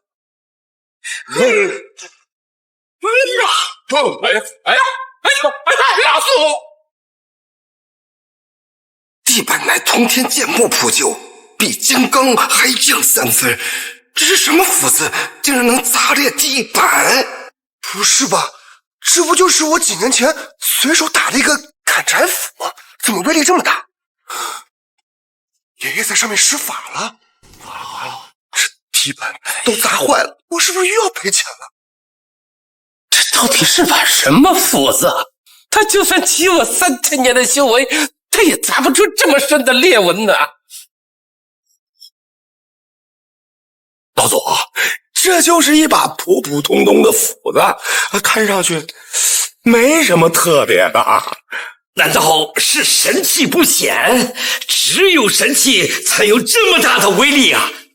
小神仙，你随手拿的一个物件就是神器啊！爷爷挺有办法，山上没有值钱东西，随便施了个法术，就把他们给骗了。既然是神器，现在可以放我们走了吧？儿子，走。这斧子确实有灵气在身，但价值还不足以赔偿我混沌剑杯。算一些，但不够。不够？那我可真没有了。一把破斧子居然是神器，这小子到底还有多少我不知道的底细？哎呀，韩烟呐，你看小神仙随手拿的一把物件就是一个神器，你不该拒绝跟他的婚配呀。拿出一件神器又怎么样？还是不够赔偿混沌剑杯的。他呀，还是走不出这个门。你若再拿不出神器来，我玄阴宗便要对你实施本宗门的惩罚了。那我再试试，再求爷爷一次，万一爷爷又送给我一个什么带障眼法的东西呢？爷爷不够，接着扔。你真当老天爷是你家亲戚啊？刚才你喊了一声，给了你一把破斧子，还不知足啊？他就是在装腔作势，天上怎么会掉东西给他？那把斧子说不定也是他自己的。我身上什么也没带啊，真的是爷爷给我的。不信你看。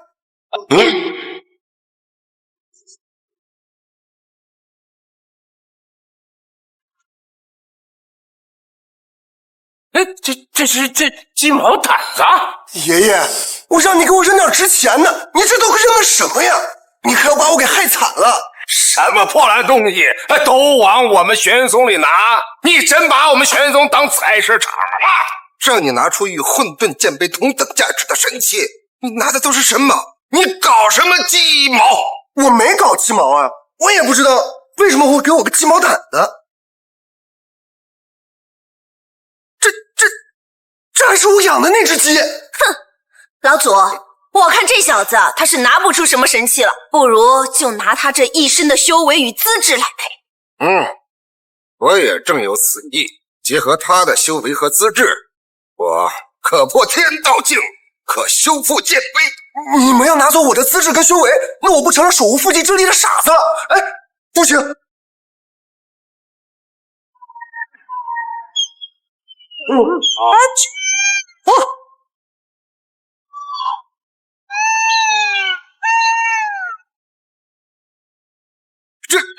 这是九凤朝前呐！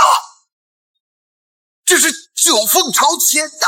哎呀，老祖，什么叫九凤朝天呀？九凤飞天是仙界的第一大奇象啊，是媲美九龙銮驾的存在呀。这么说，这不起眼的鸡毛掸子是个神器了？当之无愧的神器呀，三界少有，可号令九凤。凭此神器，登天谋个天官都不在话下呀。这么说，他拿的这个鸡毛掸子还真的算是一件神器了。算！哎呀，太好了，小神仙，你想要什么，上天就给你什么。你呀，就是当之无愧的大仙人。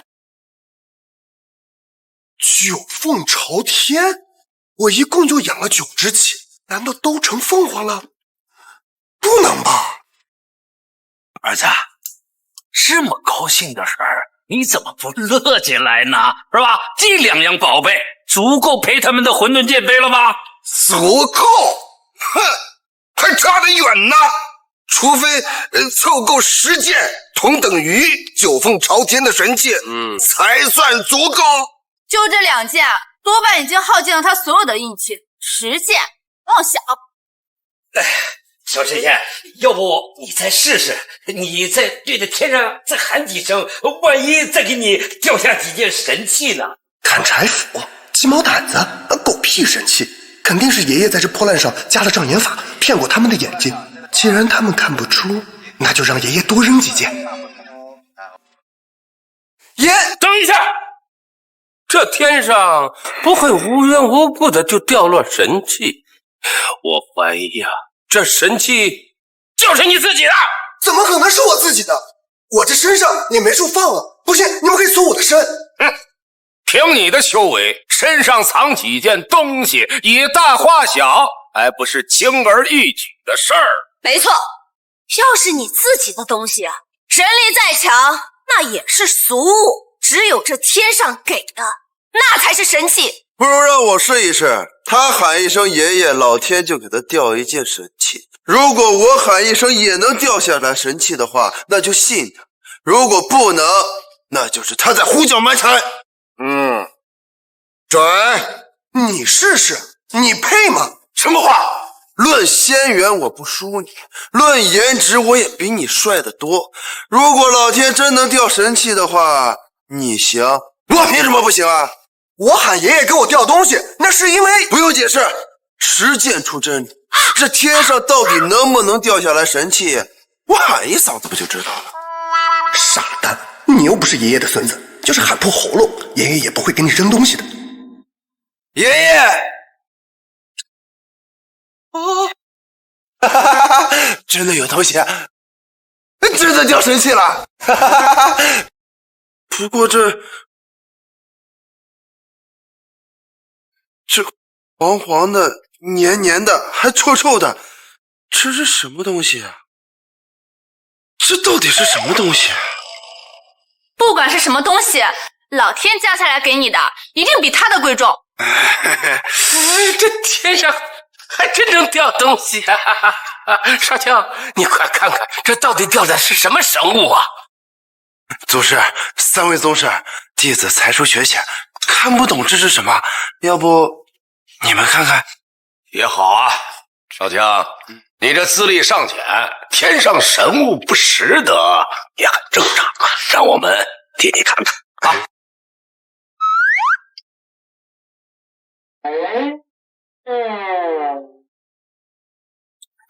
儿子，你能看出天上扔给顾少那坨黄不拉几东西是什么东西吗？黄黄的、黏黏的，还臭臭的，这东西怎么这么熟悉呢？一下想不起来在哪儿见过。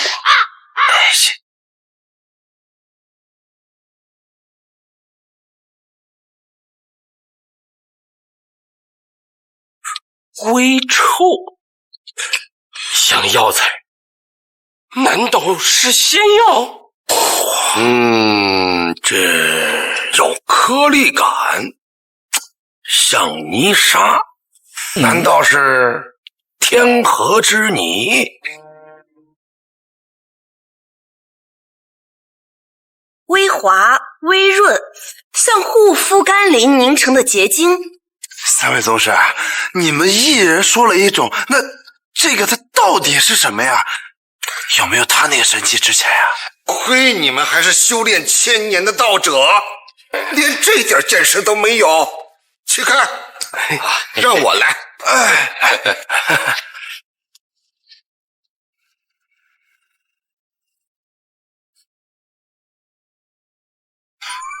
白总，闻出来是什么了吗？既然是上天给的东西，绝对不是俗物，不能让他们看出来我也不认识啊，和他们一样，才疏学浅啊，猜之八九啊，待我尝尝，再告知结果啊。我想起来了，这个是爷爷，你可真恶心！待我尝尝，再告知结果。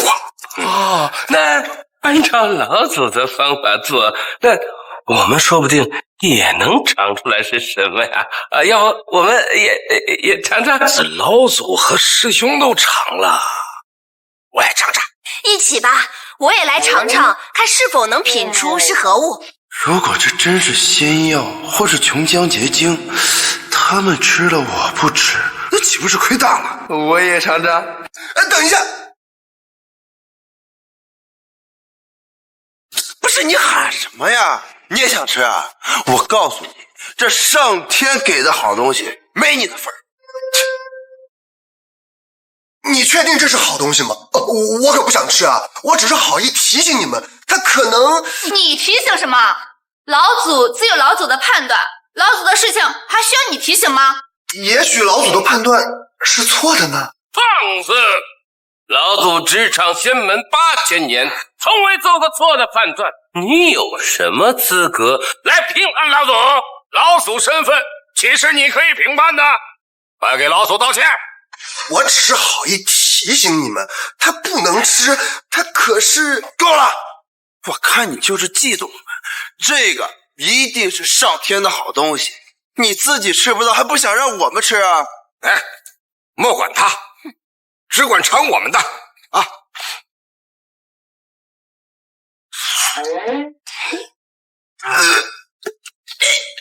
你们真吃了？哎呦！看老祖的样子，要么此物十分美味，要么对我们修炼大有裨益呀！来，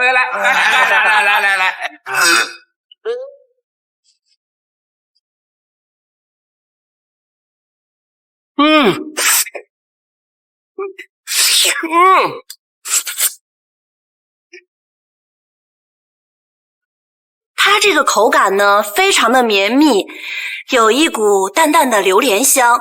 它这个香浓程度呢，充斥着整个口腔与鼻腔，直达上颚，还弥漫着那么一丝苦涩与回甘。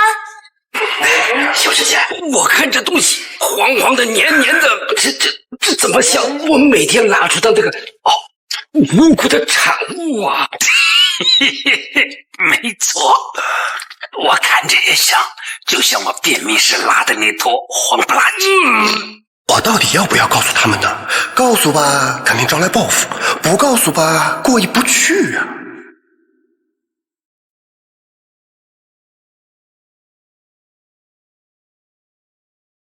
顾少，你尝出来没有？这是什么东西啊？这不管是什么，这味道怪怪的，很难吃，而且还有点塞牙，有点像塞了金针菇。废话，在人肚子里走了一遍的五谷，味道能好才见鬼了。这味道，这口感，根本不是什么神迹啊，这是五谷轮回之物。老祖啊，这东西怎么吃着这么恶心呢？这到底是什么呀？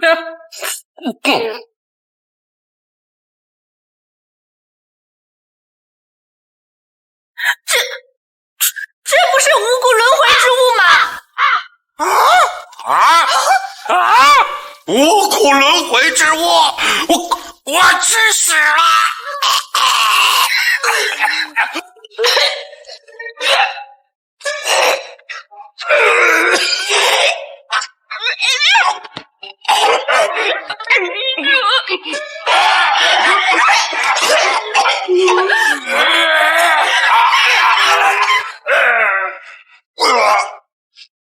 是他，都是他故意羞辱我们玄阴宗。老祖，三位宗师，还请你们以雷霆之力要他一死，以正咱们宗门之威啊！凭什么要我一死啊？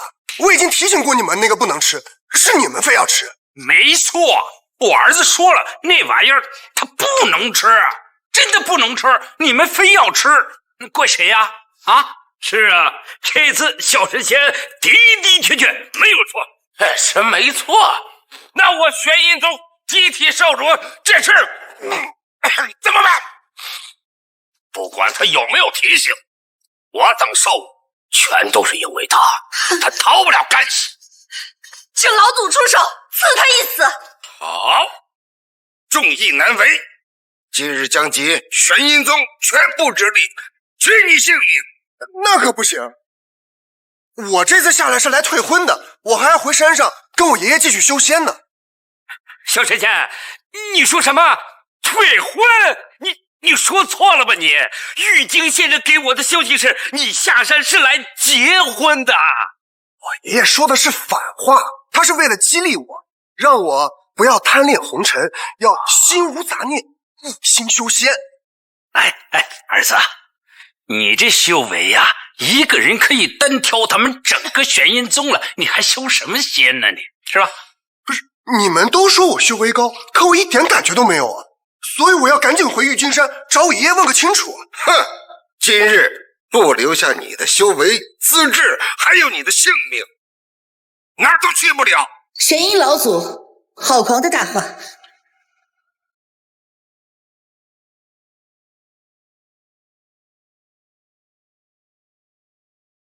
若我青衣圣女以命相护，青云门鼎力相护，人你们还留得住吗？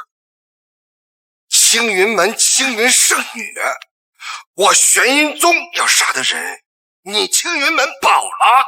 没错，本圣女今日遵师命而来，保张毅上仙不受一分一毫，带回青云门。这和玄阴宗的烂账还没算清楚，怎么又多个青云门？这位圣女，我们认识？玉京仙人算到你今日难以脱身，所以特意飞信于我青云门，特来助我。原来是我爷爷让你啊！我爷爷神通广大，能算到我有难，那也不稀奇了。呀，小神仙呐，青云门是地仙界修仙的第一大门派，青衣圣女能亲自前来，这可是您无上的面子啊！面子啊！我柳寒烟看不上的人，他青云门却要为你出头，凭什么？就凭他张毅有通天彻地的大本领，是可以让青云门蓬荜生辉的贵客。贵客？这位圣女，你是不是弄错了？我什么时候答应要去青云门做客了？你是没答应，但是玉京仙人答应了。这次邀你去青云门，一是为你解围，二是有求于你。你们青云门都已经是地仙修行的最大的门派了，还找我帮忙？你是在开玩笑吧？少女，虽然神器显示他有大修为，但是自始至终他都没有展示过，他到底有没有大修为还不一定。你确定要为了他和我玄阴宗结怨？你觉得值得吗？小小童子，你也配与我一个圣女说话？你没有资格，找出你们这里有资格跟我身份对等的人出来说话。放肆！他没有资格和你对话，那老道我呢？玄阴老祖，玄阴宗内地位最高，这里谁说话比得上您的分量呢？我玄阴宗镇宗之宝上古神器混沌剑杯因此子而毁，我要他赔，应不应该？应该。混沌剑杯自毁跟我没关系啊，测资质测修为都是他们逼我的。他就算我们有些责任，但主要责任还在于你。你说说，你要是不碰这剑杯，他能自毁吗？你们还真是一肚子歪道理啊！这不是已经赔你们两家神器了吗？怎么还不够！混沌剑杯何其珍贵，岂是两件普通的器物能够相比拟的？哼，如今只有他的满身的修为和资质，才能赔得起我混沌剑杯。今天，要么修复剑杯，要么他留下。哎，你这老头真是没安好心啊！收了我的资质跟修为，那我不是成了又残又废的废物了吗？我不答应。哼，这可由不得你。张毅，我今日必定要带走。至于这混沌剑杯，我青云门能工巧匠巨多，修复只是时间问题。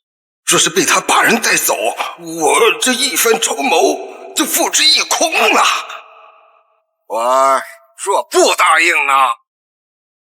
你们这玄阴宗号称名门正派，可是做法都是一群无赖。今天就算鱼死网破，我也不答应。稍息莫急，青云门既然能压，就能无需动武，让他们俯首的办法。俯首？哼，笑话！青云门地位虽在玄阴宗之上，可老道的头却从未低下过。哼！青衣圣女儿是吧？我告诉你，要真动起手来，你可就一人，在我玄阴宗，你可占不到一点便宜。何须动手？我青云门掌管着地界通往天界的晋升通道，当然也包括你玄阴宗在内的。若我今日走不出这道门，后续外人，你玄阴宗将不会有一人再晋升，所有的仙籍全部撤销。怪不得老祖如此忌惮青云门，能掌控地仙之路，这恐怕今天这小子是留不住了。我等修炼几千年，不就是为了在仙宫谋得一仙官一职吗？这晋升之路要是断了，那我们这修炼了几千年，岂不是毫无意义了？再修炼个几万年，也还是个小小地仙啊！若真惹恼了青云门，就算吸纳了他的资质，突破天道境，也只能在地仙界聊死缠生了，不值当啊！怎么样，老头，想好没有啊？到底是答应放我们走，还是拿你们玄阴宗的命脉赌一下啊？老祖啊，如果这青云门能够修复混沌剑杯，我看这口气啊，倒不如然就忍了。这推海阔天空嘛，是吧？好，放人。小神仙太好了，赶快跟我回柳家，按照婚约给你和我闺女成婚啊！完婚？不行！他们说的没错，我不能完婚，我下山来是来退婚的。退婚好，反正柳家那姑娘啊，她也不愿嫁给咱，是吧？跟爹回去，爹给你找一家更好的。什么找一门更好的？我不是说过吗？我不能成婚。为什么不能成婚？对呀，我这次带你回青云门，就是为了和你完婚的。完婚？我爷爷没跟我说过，跟你们青云门还有婚约啊？你是不是搞错了？提前是没有婚约，是临时定下的，就是今天即刻生效。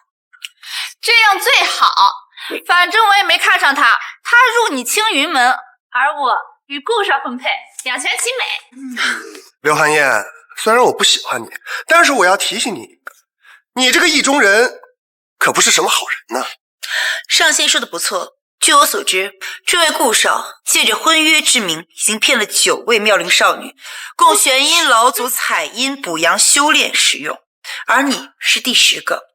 如果你再执迷不悟，后果可想而知。你们不要胡说！老祖，他诽谤你，他诽谤你啊！采阴补阳，居然做这么缺德的事情，你还真是道貌岸然，斯文禽兽啊！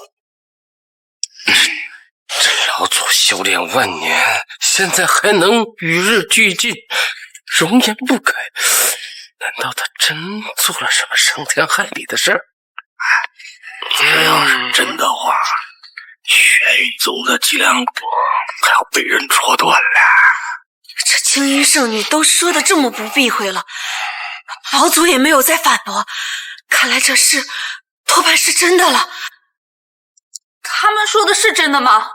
你所谓的对我一片真心，只是为了把我骗到这儿？你别急啊，这老祖还没说话呢，你怎么能相信他呢？我青云门玄宗之术甚是了得，要不要我找出那些少女的尸骸，以死对证啊？这件事不承认，他会揭穿的；承认，即为不报。你们胡诌，你诽谤！请你们速速离开卷阴宗，走！不说不认，也不说承认，他到底什么意思啊？上仙不必动怒，我青云门已经开始搜集他们玄阴宗的证据，玄阴宗离末日不远了。走。韩岩，你都听到了吧？这个姓顾的就不是什么好人。哎，你还愣着干嘛？走走走，跟我回家去！走啊，走！我修炼上万年，才有今日的仙元地位，绝不可毁于青云门之手。明争我争不过青云门，暗斗谁能胜我？青衣圣女，青云老祖必须暗中除掉。哎，小神仙，你不能走，这其实是定好的，你不能说退就退啊！爷爷的本意让我下山，就是为了让我退婚，考验我的意志，让我坚定修仙的决心。再说了，你们家大小姐也瞧不上我呀，这何必强人所难？强扭的瓜也不甜呀！误会，海燕呐，之前是被欺骗的，如今呢，他10000个愿意。哎，不信你问他。哎，海燕，你倒是说话呀！你再不说话，小神仙可就走了。他这一走，可以后再也不回来了。我愿意。你们女人脸变得这么快吗？不是，我之前以为姓顾的能帮我们柳家逆天改命，我现在才知道是你才能帮我们柳家。你们柳家现在兴盛日旺，不用帮。倒是那个青衣圣女请我去救人，人命关天，我要赶紧走了。哎，那个少女她是骗你的，她哪里需要救人呀？她就是看上你的修为，她要骗你去跟她成亲。你怎么能这么说圣女呢？如果不是她的话，你、我还有你爹能从玄阴宗全身而退吗？我相信她。哎，不行，我不放你走，除非你答应你不娶那个圣女，你救完之后立马回我柳家，与我闺女成婚。哼！这个你不能娶，我儿子的婚事，我这个当爹的做主。对于你是我爹这件事儿，我还要回山上找爷确认呢。你给我做什么主啊？我是不是你爹呢？是需要确认，但是你的婚事也需要确认。什么圣女呀，什么柳寒烟呐，咱通通不娶。爹给你找了一门好的姐妹花，两女嫁一夫，日夜双修，你有福了。我不要双修，我要修仙。你们能不能别添乱了？哎呀，不影响，不耽误。等你结了婚，生了娃儿，我不拦着啊，你修什么都可以。嘿，你个糙老头子，你不拦着，我拦着。哼，小神仙是我柳家的乘龙快婿，这门亲事是玉京仙人定的，不能说回就回。有婚约在，我非嫁不可。别人能给的我也能给，别人给不了的我也能给。哎呀，你们别闹了，修仙不能成亲，成了亲这仙就修不成了。时间来不及了，我要赶紧走了。不行，我不放你走。要不这样，你修完仙之后回来再完婚，不也可以吗？哎呀，你这个老头，你还要我儿子把话说得多明白呀？他顾及你们柳家面子，但是你们也要有自知之明，对吧？什么顾及面子？什么自知之明啊？那我就明说了啊，修仙只是一个借口，他压根就看不上你家这个姑娘，他能娶，但是不能娶啊！你个坏老头，哼，我就不信了，我姑娘倾国倾城，美貌如花，小神仙会看不上我闺女？哼，我不听你说，我要听小神仙说。妈跟什么呀？这哪儿跟哪儿啊都！我儿子心善，他是顾及你们面子。我告诉你啊，我可不心善，我凶得很。我说的就是他要说的。你个坏老头，我就是你，我真是我饶不了你了。你们别吵了！你们两个别吵了！人呢？小神仙，儿子！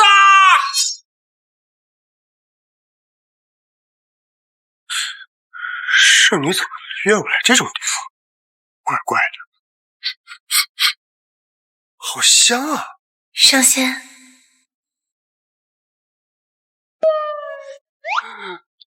圣女，你不是让我来救你青云门的徒弟吗？人呢？我怎么没看到啊？这样，你看到了吗？圣女，你开什么玩笑？你这样子哪需要人帮忙啊？上仙，你来呀！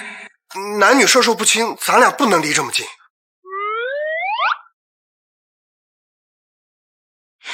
玉京仙人早已料到你与那柳家大小姐的婚事并不会成，便将你许配给了我。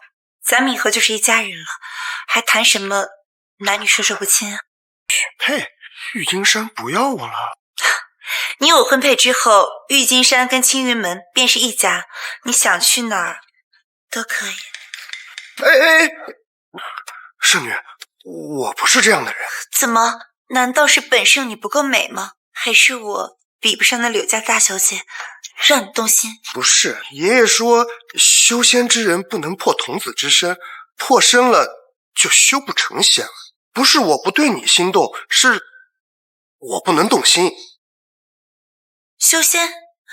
可你的修为已经是大罗神仙的境界了，不需要再修仙了。为什么你们都说我是大修为，可我自己一点都感觉不到？我甚至觉得自己连个普通人都不如。以你大罗圣境的境界，只需要飞升到33重天，便可蜕变出仙骨。你没试过吗？飞升？怎么可能？哎，我倒是上过天一次，不过是被大仙人炼气的乱流给卷上去的，然后就掉下来。要不是我爷爷用命接住我，我就给摔死了。不可能啊，是玉京仙神亲口说的，你是大罗圣境的修为，不可能摔死的。爷爷亲口跟你说的？怎么爷爷对他说的和对我说的不一样啊？看看他的样子不像是装傻充愣啊，他和玉京仙人肯定有一个在说谎。难道是爷爷骗了我？还是这个青衣圣女根本没见过爷爷，在唬我？没道理呀！不行，我得试他一试。万一真是玉京仙人说谎，我可不能委身给一个废柴呀！不行，我要赶紧回玉京山找爷爷问个清楚。圣女，我先走了，改日再来拜访。不可不可不可！你到我青云门，怎么可能不喝酒水就走？来，喝一杯酒水，解解乏再走。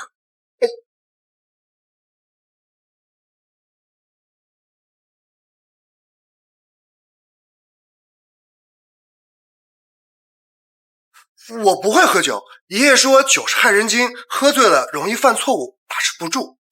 这不是酒，这是仙月琼浆，天公所赐。你若是不喝，便是看不起我，我便不让你走了。好，那我就喝这一杯。这仙叶琼浆不比寻常佳酿，陆地神仙修为之下的喝一杯升仙金塑仙果，增龄1000年，容貌大改。让我看看你喝了到底有什么变化。味道虽然怪怪的，但也不难喝。上仙，你有没有觉得身体有什么变化？比如说生筋、素骨，你疼吗？什么生筋素骨？什么疼？喝杯酒怎么会疼呢？居然没有变化。对呀，玉京仙人说了，他的修为不亚于陆地神仙。男女授受不亲，你怎么还上手呢？都还没有女孩子捏过我的脸。再让他喝一杯。金仙修为之下的2杯仙叶琼浆可增龄万年，仙容逆行，容颜反同。让我看看他的修为与金仙境相比，到底哪个高，哪个低？这酒也喝了，我可以走了吧？哎，不行，再喝一杯吧。既然到了我青云门，怎么能喝一杯就走呢？这可不是我们的待客之道。还喝？这是什么待客之道啊？好事成双嘛。再说了，我也没有亲自给别人端过酒，你若不喝，我可不放下了。圣女姐姐，你这不是难为我吗？好，最后一杯，喝完我就走了。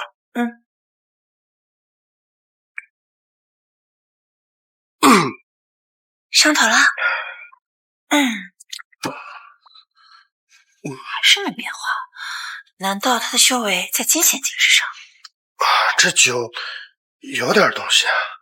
圣女姐姐，酒我喝完了，我可以走了吧？不行，上仙好酒量，既然都喝完这2杯了，再喝一杯吧。什么？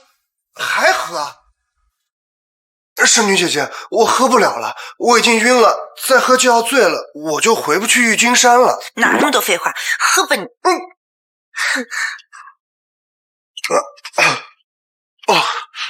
第3杯酒，我的牙好烫。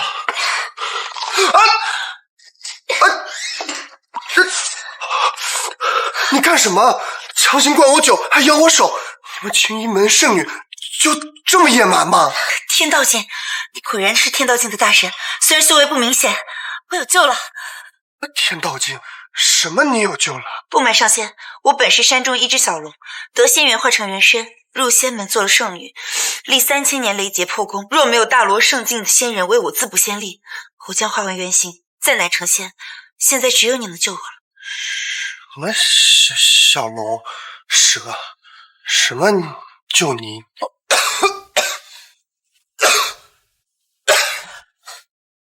上仙，不能喝。你们青云门的水怎么味道怪怪的？给我要再喝一口。完了，纵然是天道境大神，也只可饮3杯此琼浆玉液，再多喝，仙力爆体，筋骨剧烈，就算是道祖也救不回来了。好热，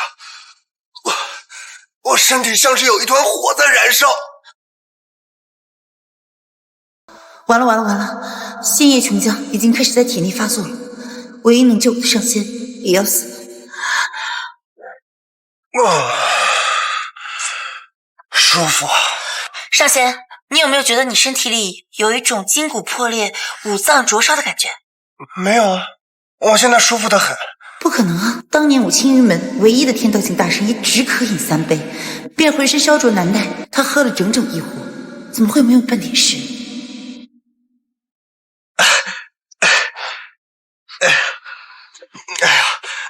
青女姐姐，你在干什么？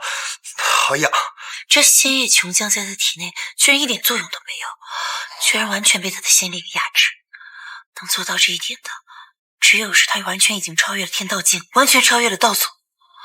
他就是当今修仙界的第一人。你在说什么呢？什么超越仙境第一人？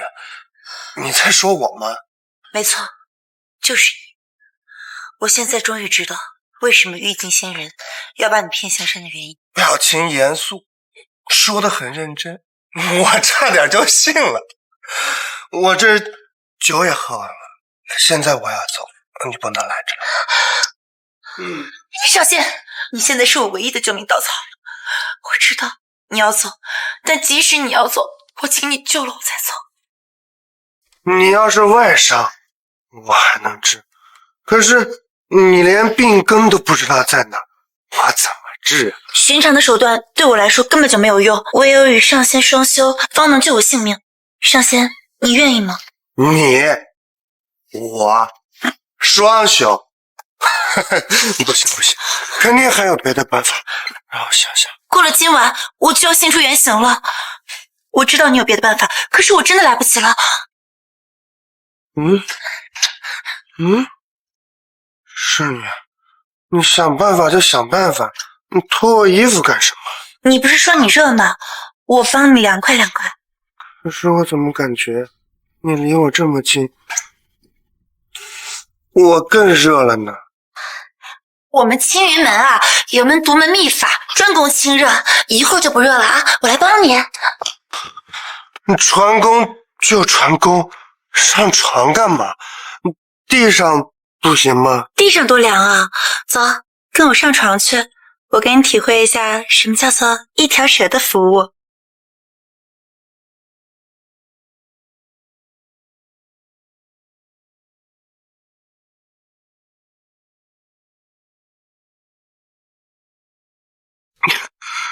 这说我不喝，你看非出事了吧？哎，怎么做了我青衣圣女的男人，就亏了你不少？就算是要我做你的男人，那也该在我清醒的时候得到我的同意，再那个什么吧。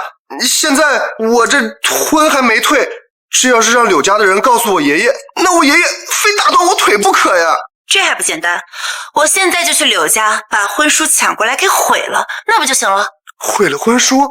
可名声该怎么办呀？我这莫名其妙失了身毁了婚，我以后可是要成仙的呀，这要到天上，该让同行怎么笑话我呀？别怕，有我地仙界第一仙门青云门为你撑腰，没人敢嘲笑你的。什么青云门给我做主呀？我还没想好做你们青云门的女婿呢。什么？你现在占了我的便宜，居然要做一个始乱终弃的渣男吗？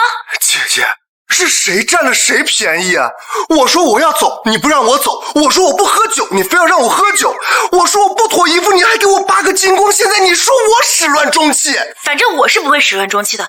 如果你觉得责任在我，那姐姐绝对会对你负责的。哎呀，别闹了，我什么负责任？我还小。小？不小了。你别闹了！我现在只想回去赶紧禀报爷爷，问他为什么骗我。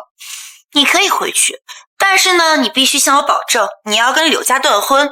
回去问完你爷爷之后，来青云门与我完婚。你这不是强人所难吗？我最讨厌别人逼我做事。不行，绝对不行。好，你不答应的话，我就不允许你出这个屋子。你不是说我有很高的修为吗？可是我真的要走，你拦得住我吗？好，我是拦不住你。不过呢，只要我现在大叫一声，整个青云门都知道你对我做了些什么。她可是堂堂青云门圣女，不会真的这么不顾及自己的名声吧？怎么样啊，上仙，你考虑好了吗？是一定要走，还是留下来啊？我就不信堂堂的圣女会用自己的名声做担保。来人的，有色狼，有色狼在我房间，快点来人的！哎，是你姑奶奶，你别狠了，你不要脸，我还要脸呢。怎么样，上仙？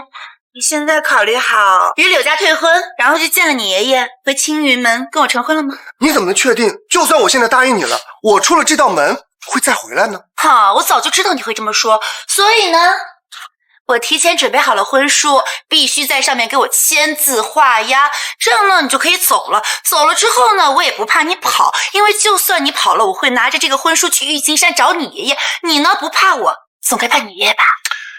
所以我踩的每个坑都是你提前挖好的。天下仙道有多少男人想向我求婚，都被我一一拒绝了。怎么，做我青衣圣女的男人很吃亏吗？我现在只给你2个选择：一，把婚书给我签了；二呢，我继续喊人把你给抓起来。可是婚姻大事，这一辈子就这一次，你总得让我好好考虑一下吧。我才不给你时间考虑，男人的嘴骗人的鬼，我给你考虑的时间，你就转身给我后悔。我数3个数，3。哎，你总得让我上山禀报爷爷，听一下他老人家的意见吧。2。要不你等我跟柳家断了婚之后再来答应，怎么样？1。我救命啊！我签，我签。